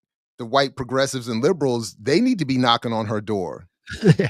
like even I'm not doing it. I'm not doing that. Like that's not like I'm not comfortable with that kind of work. So I would not advocate that my more fully black and heavily melanated family go do that work either. Like I'm not like that's not me. You all need to go get that get her listen and this Terry is definitely so in Eastern Kentucky in Pikeville, the heart of the Appalachian Mountains. That house that she had, well, in Eastern Kentucky, you don't own the minerals under your land. You can own your land, but not the mineral. So when they start mining under your land and your house starts sinking, so imagine having that house and it's literally sinking and nothing you can do about it, and it's not covered on your insurance because you don't own the mineral rights at the. No, I remember we learned that in DC. You buy a house, you own the house, not the land that it's on. So they don't even give you the land, never mind the minerals. They'll be like, you can keep the house if you want. Is going to be in that sinkhole or it's going to be in that collapsed ditch. Yeah. But but fine, you own the damn thing. You know what I'm saying? Like, congratulations. No, man, I mean, listen, it is really frustrating because again, I thought a lot about it on that drive. I mean, it's like there's no materially logical reason why these white folks should have Trump signs in their yard. Like it's not materially logic if I'm making sense that way. It's all in the ideas of anti-black and white nationalism and all this other stuff. Because it's like, how can you're not even living well. They don't care about you either. They're not, and all of this is happening so that he can give tax breaks to his billionaire crew. That's almost all this, all that is happening is all so he can continue to give his billionaire crew. And that's why all these white folks, I mean, there's a lot of those videos. I've seen a lot of those videos, white folks on TikTok and elsewhere talking about, man, I didn't know I was going to lose my farm over this shit. I didn't know, you were going to cut off the funding, the subsidy to my farm or to the subsidy to my grant or to the subsidy to this. And it's like, they don't like you either. Right. They don't like you either. I mean, it's I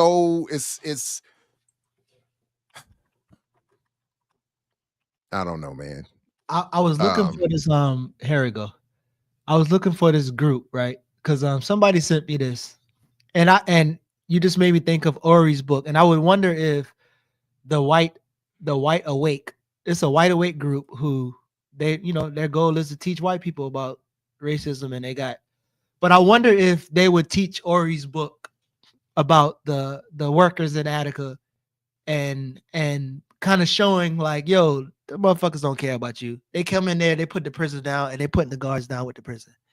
So it would be interesting to see how they would engage that type of lesson to their. I don't know anything about them, and good luck. But I don't.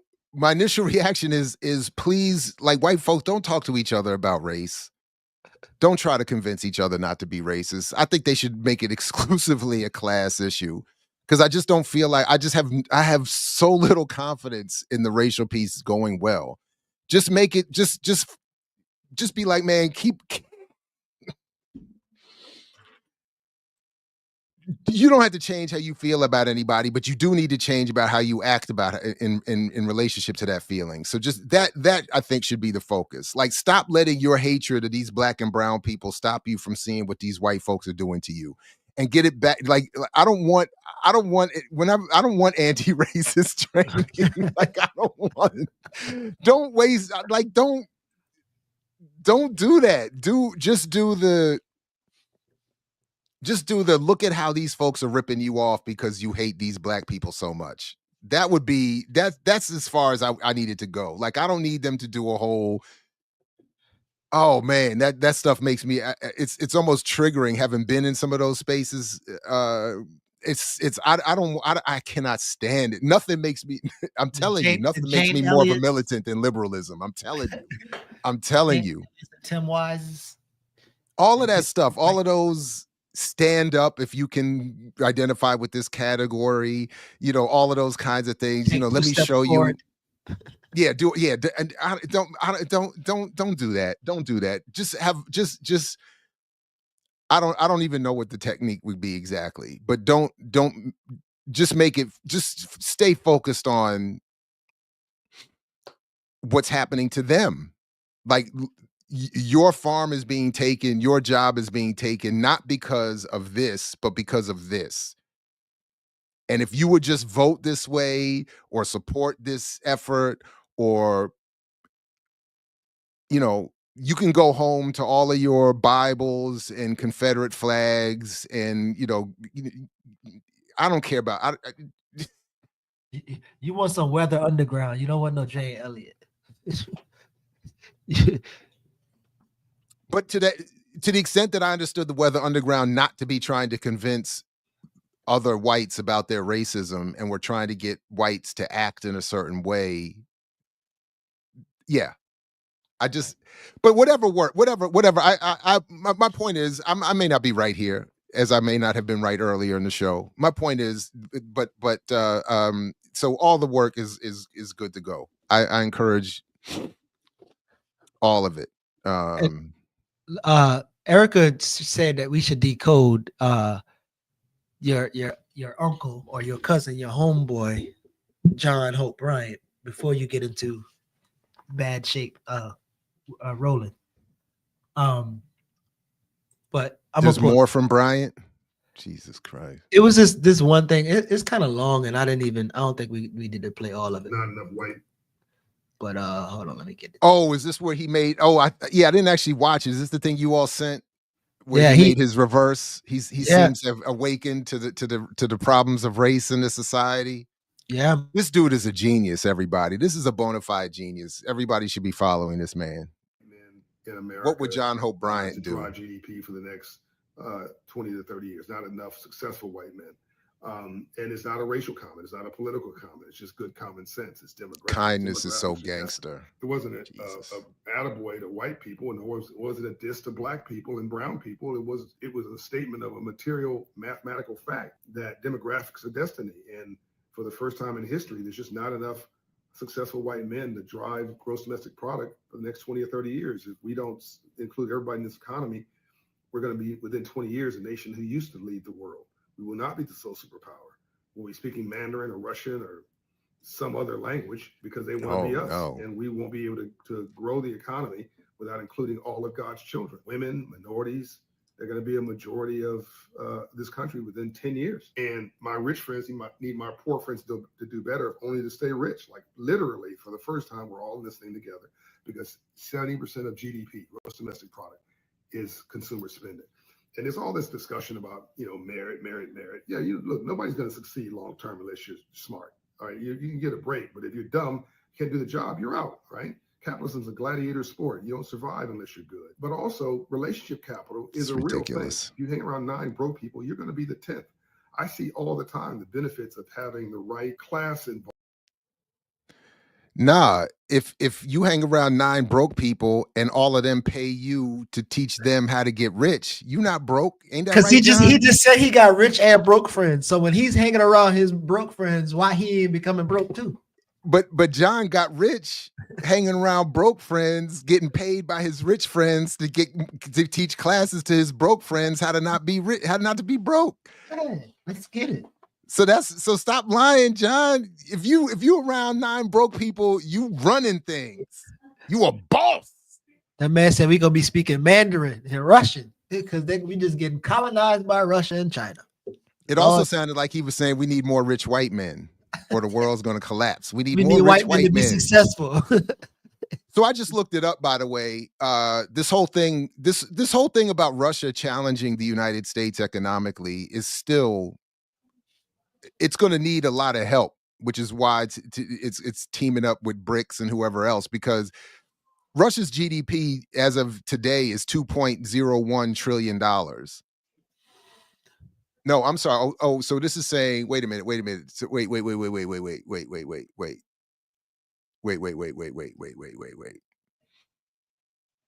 That's a 2023 number. So the GDP today is 2.196 trillion. Sorry, I want to be up to date. 2.196.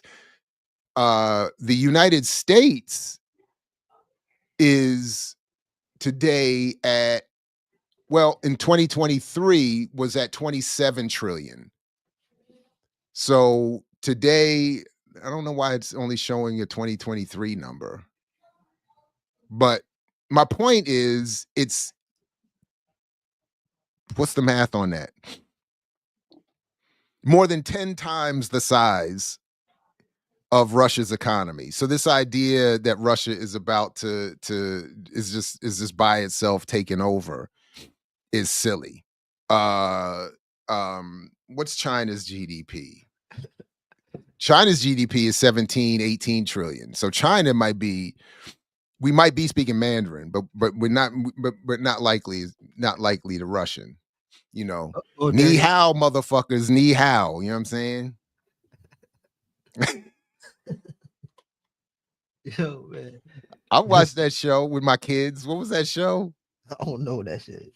She said ni hao, which means hello. That's why I know it means hello. I'm like, I'm good.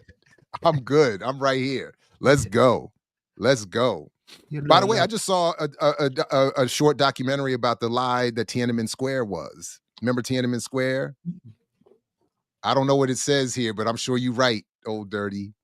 Tell the truth. Speak the truth to the young Chinese youth. That man just typing stuff, man. Man, he got emoji. He got Chinese letters emojis, man. What are we talking about? Oh man. It wasn't Dora. What was that show? Was it Dora? It wasn't Dora. It was one of them. But she said, but that's what it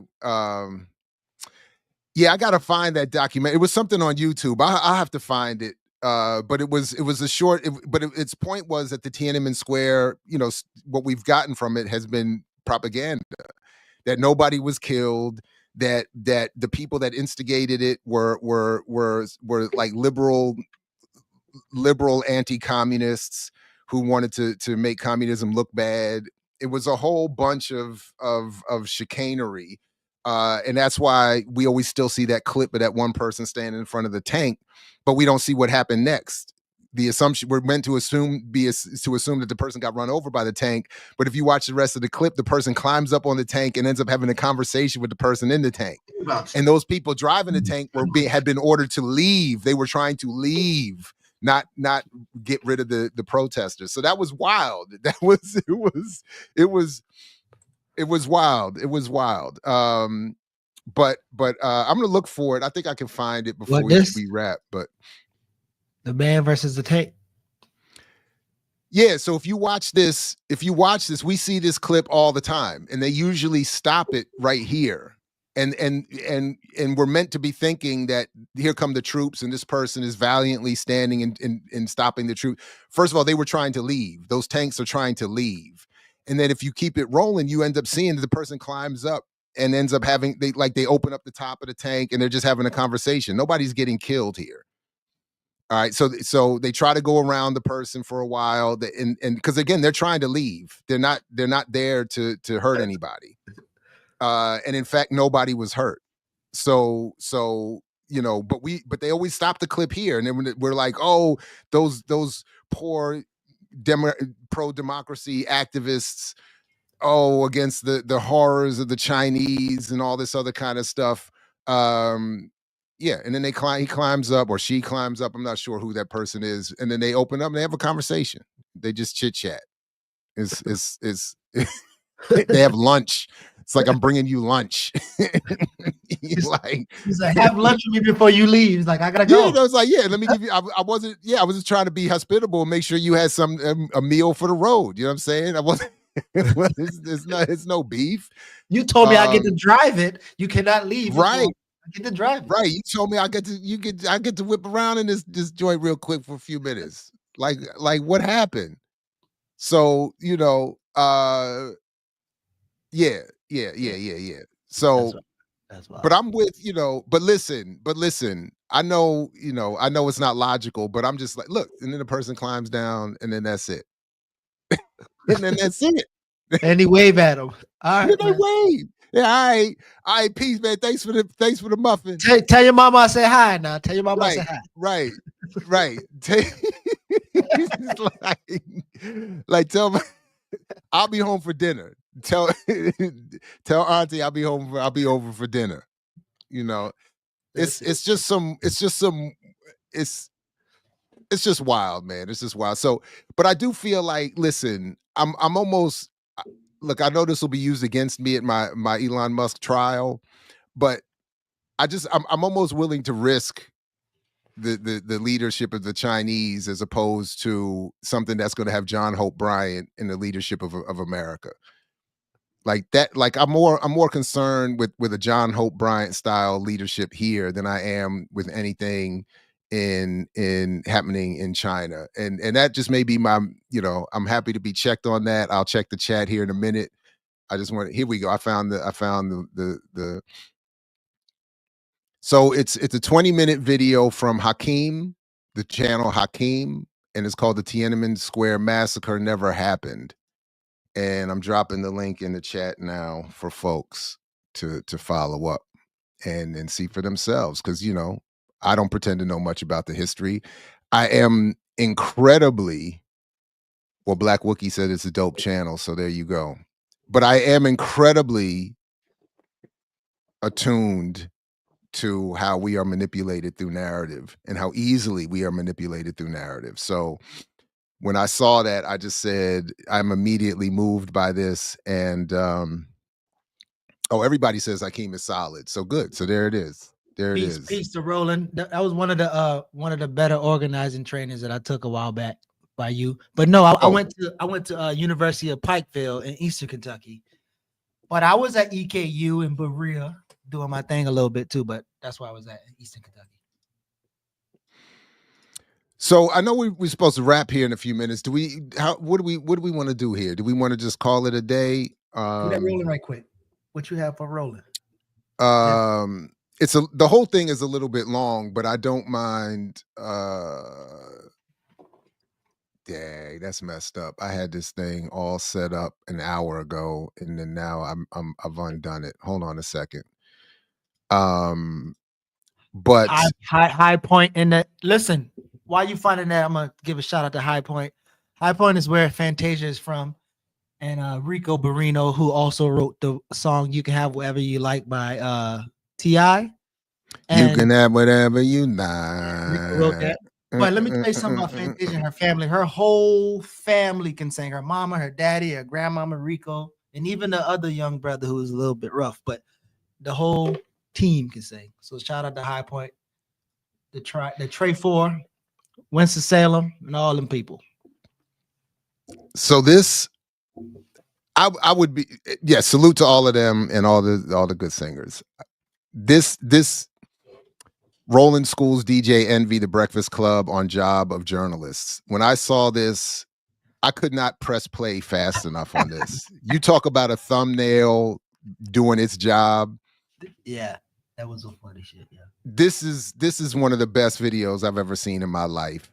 So I gotta play this shit. Look, listen, I really wish folk understand what the role and the job of journalists. Real quick, Jab. Yeah, go ahead. So they were just FO. Fuck around and find out. We Yes. we try to tell y'all that's Roland's shirt. He's gonna get his bank off of this Trump shit. But go ahead. I'm not mad at that. I want some t-shirts. We need some t-shirts. I'm about to buy one of those t-shirts. I'm about to do a 180. I'm like Roland's biggest fan. Like this is the video that's gotten me. I'm switching teams, and so look, phrasing. But when Amber runs off to whatever other podcast that Skip is stealing her for, I'm reapplying to Roland Martin's Unfiltered. You gonna get that call? Okay. I'm resubmitting. We're discussing this whole thing on the breakfast. The Greg and Jab show. Black HBCUs United. That's what we should call it. Club. Okay. And the right wing, I understand the right wing has been spreading this clip around left and right. Daily Caller put this out there as well. So here's DJ Envy talking about what Jeffrey Goldberg did. And I'm like, Envy, really, bro? Come on. If you did get those texts, right, and you know those texts weren't supposed to be to you, why would you put it out there? Like, that's what I don't understand. Like, you are a journalist, but this is your country, and you know releasing some of that stuff can probably or might affect some of the things that happen. Why would you put that out there? Like, you think I'm gonna sit on that? You know how big of a story that is? That's why you put it out there. Yeah, but this is your country, and if it could affect military, it could affect people that's out there working. Nobody cares about that because you have bylines, you want to get the clicks, you want to sensationalize, and in 2025, nobody cares about that. Don't care about people, huh? They care more about likes and TikTok numbers. Not even .com numbers, Google Trends. Like, I'm just being real. Like, they don't though. Breakfast Club is all about serious journalism and defense of national security interests. That's why you put it out there. But also, too, I think depending on where that journalist sits politically, like, it's kind of like exposing how careless, or I think that's what they were trying to do, exposing how careless an administration could be, which is also dangerous. So maybe that's their way of saying, yo, if I care about my people, like, y'all need to know. Y'all president and his administration are accidentally sending something this serious. Okay, so that was Envy and Lauren having a conversation. Both of them have no idea what the hell they're talking about. Get them. Okay, that was just a ridiculous conversation. Okay, I've been in journalism since I was 14 years old. And the reality is there's a long history. First of all, the First Amendment is the first for a reason, okay? I've been a journalist a long time. Again, went to communications high school. All right, just look, I wore, just understand, I wore this today. This is my one. Okay, Jack Yates High School, Mad School of Communications. What they call me in high school? Mr. TV. Been doing this since I was 14 years old. Okay, so this conversation was a joke. This isn't about Lauren. It's not about. Look, he held it. This is Mr. TV was a joke too, Roland. You ain't get it. Your ass still ain't get it, bro. Mr. TV. TV. Been doing this since I was 14 years old. Okay, so this conversation was a joke. Man. This isn't about Lauren. It's not about clicks. It's not about that. It's actually about the role of a journalist. It's what journalists do. They broke the law. There are things that we report on in journalism. These things actually happen. You know what? There's a thing that's called, people maybe remember, the My Lai massacre. Go to my computer. Okay. Listen, this was broke. And I'm sorry. I don't mean to do the ear doctor thing with him, but the My Lai massacre, bro. So tell us you haven't discussed this history without telling us you haven't discussed this history. My Lai. I know you're reading it there, and it looks like it should say My Lai, but that's not how you say that. But broken yeah, by two journalists. Okay, Seymour Hersh is one of those journalists. Okay, very well known, Pulitzer Prize winning, where they broke the story about what happened during Vietnam, what American troops were doing. Okay, do y'all understand? This is Richard Seymour Hersh and Ronald Rittenhour. They actually. So first, so while I love Roland's defense of the institution of American journalism here, and he's about to go in even farther, it is important to point out one key difference here. Not that Roland's wrong or could ever be wrong, but the My Lai massacre was being reported after the fact to expose genocidal violence perpetrated by the U.S. Army against Vietnamese citizens. The Scandal joint is a live time reporting of an actual operation in advance of it actually taking place. So I think that there is a key difference here, even journalistically, between what Roland is praising and what the Trump folks fell into the other day on Signal. Actually broke that story, all right? Many of us know about the other story.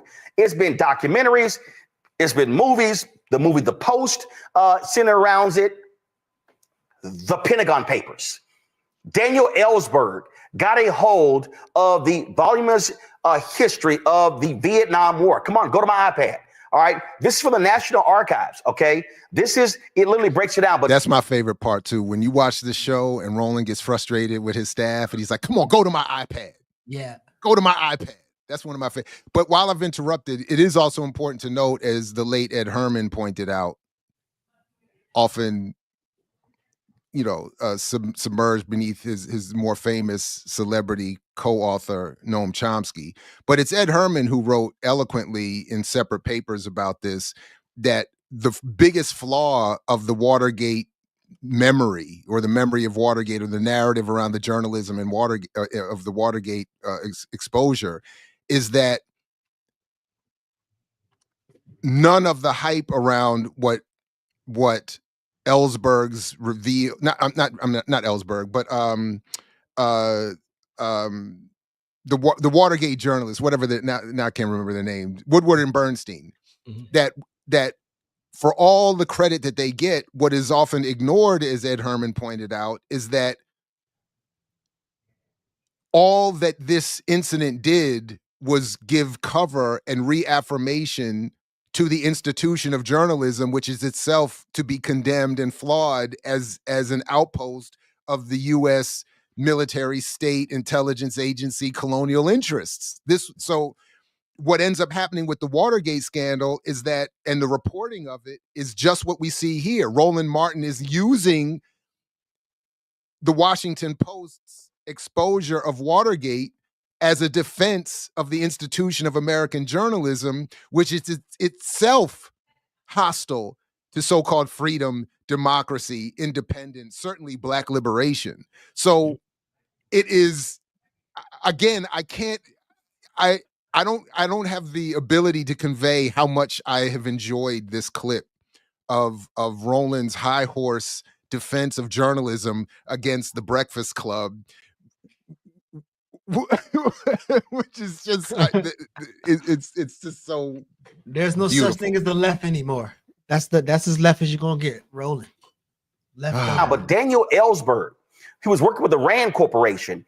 He was so shocked by what he saw in Vietnam, but also the lies that were being told by the American people, and so he then passed on the Pentagon Papers to the New York Times. And the New York Times, the Nixon administration went after them and then tried to get them to stop it. They got an injunction. And what then happened was the Washington Post then began to report on it as well. Okay, the Supreme Court ruled in favor of the New York Times and the Washington Post. This is what journalists do every single day. Folks, I have a copy of this book, which is an amazing book by Ethan Michael McKaylee.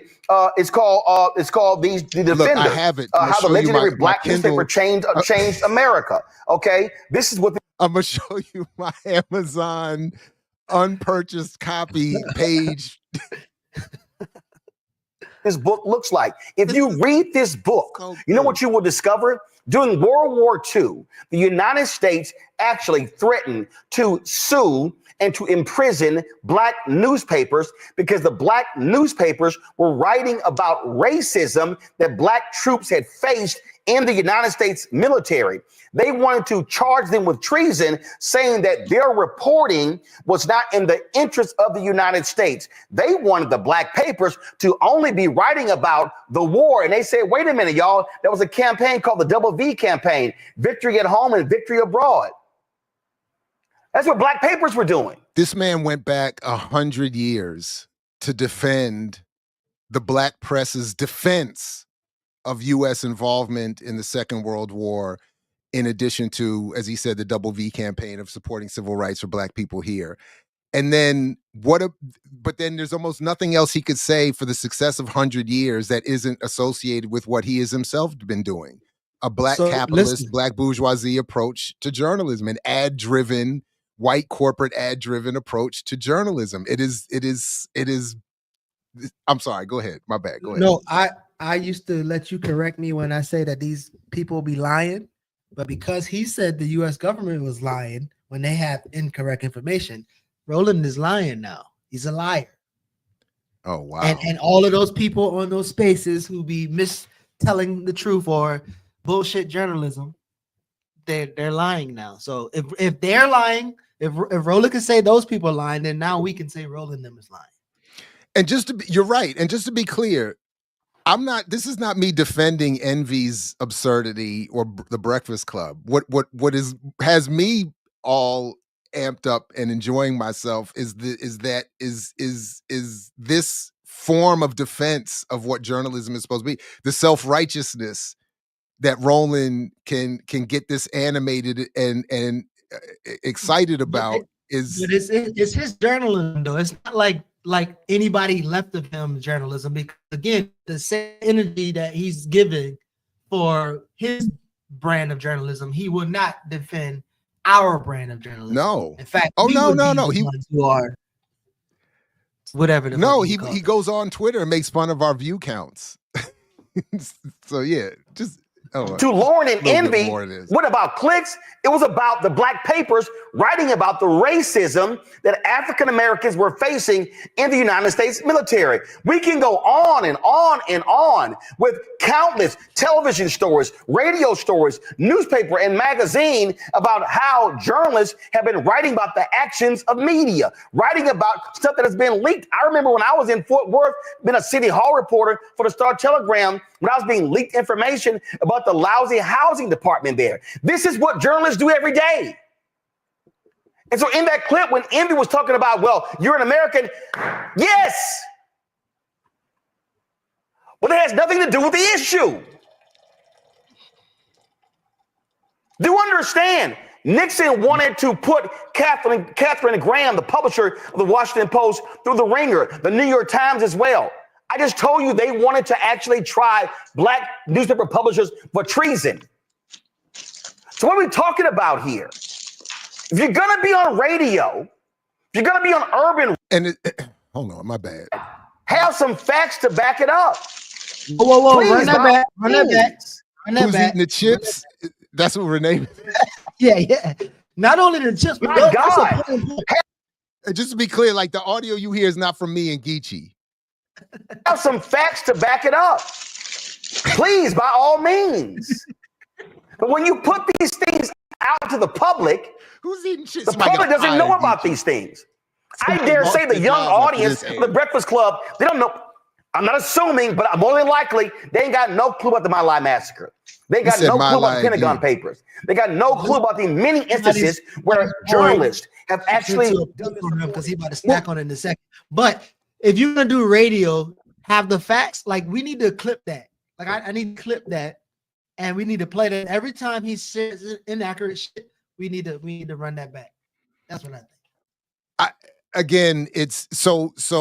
Look, the clip goes on for a few more minutes, but at one point, there's so many contradictions. At one point, Roland. I mean, they're over there eating popcorn and chips, but I'm telling you, somebody lost their job when he heard that clip. But when you're right about clipping that and having making some use out of that because of all the inaccuracies, but that they convey. But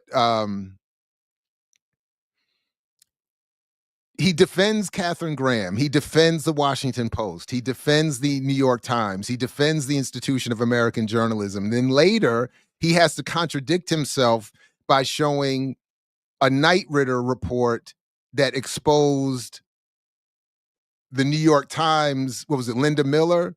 The New York Times' false reporting that got the U.S. back into war with Iraq in 2003. And my point was, I was just enjoying the contradiction over you're defending the institutions for doing this great journalism 50 and 100 years ago, but then you're also having to show that they, as institutional media, state-sponsored, militarist-sponsored media, lied over the weapons of mass destruction in Iraq to get the U.S. back into war.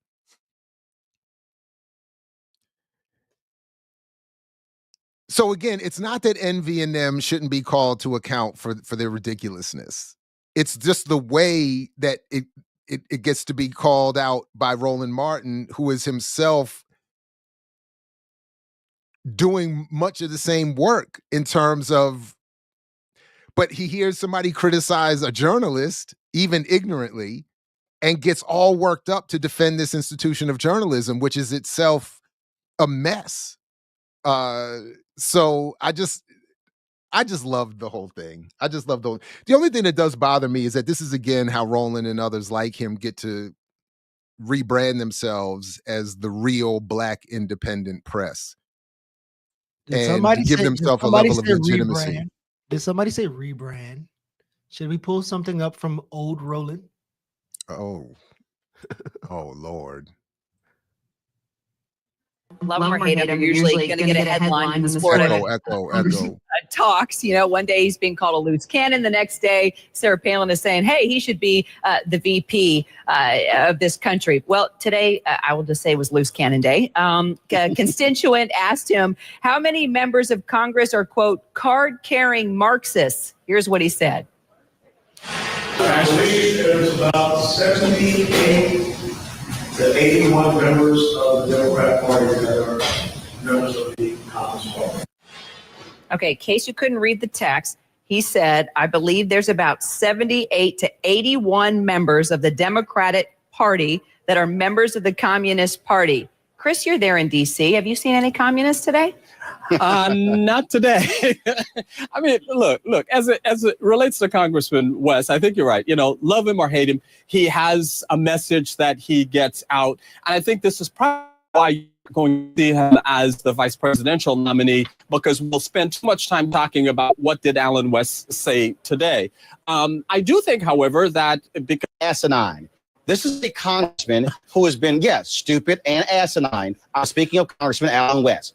This is a congressman who has been critical of other people, criticizing him, calling him names, and saying things along those lines. And what does he continue to do? Do the exact same thing. Look, I've had the guy on my Tom Joyner Morning Show segment on my TV One show. I've met him. We've had cordial conversations. But he does not do himself any favors by being taken seriously by making these kinds of ridiculous comments. Now, if he says, hey, I was just joking, fine. Laugh in the video. Throw it out there. But you don't sit here with a straight face and say, oh, yeah, 75, 78 to 81 folks who are communists. It's just ridiculous. If I say, Alan West, listen to your own quotes in your press release and shut up and stop dogging people of the opposite party. Chris, Roland, gotta leave it. Yeah. Again, he's been doing the work for a long time. Roland, you know. But anyway, so that yeah. we appreciate the standard setting that we get there.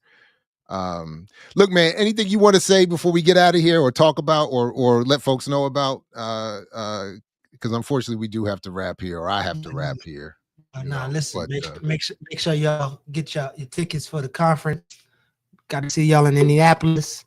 We got the Resistance Bill Summit coming down here May the 2nd to 5th.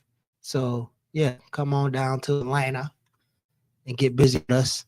I'm trying to convince Jared to take over this podcast conference that's coming this month. Charlemagne Black Podcast Effect is having a conference in Atlanta. I'm trying to get Jared Just go ram that shit. But anyway, yeah, no, appreciate y'all for coming in, tuning in. Make sure you check out the Struggle Day to Win on Wednesday at 6 p.m. Eastern Standard Time. Right on. All right, everybody. Thank you very much. Big shout out to Amber. Safe travels. And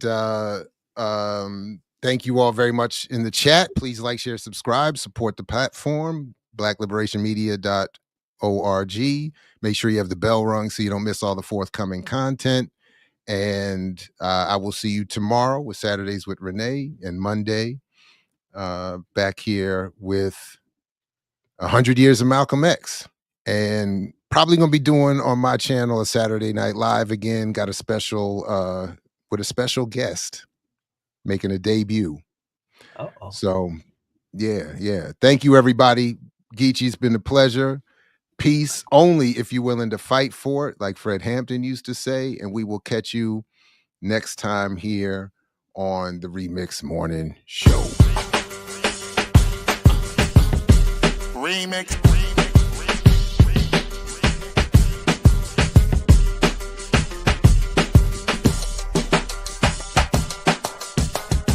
Remix. Remix. Remix.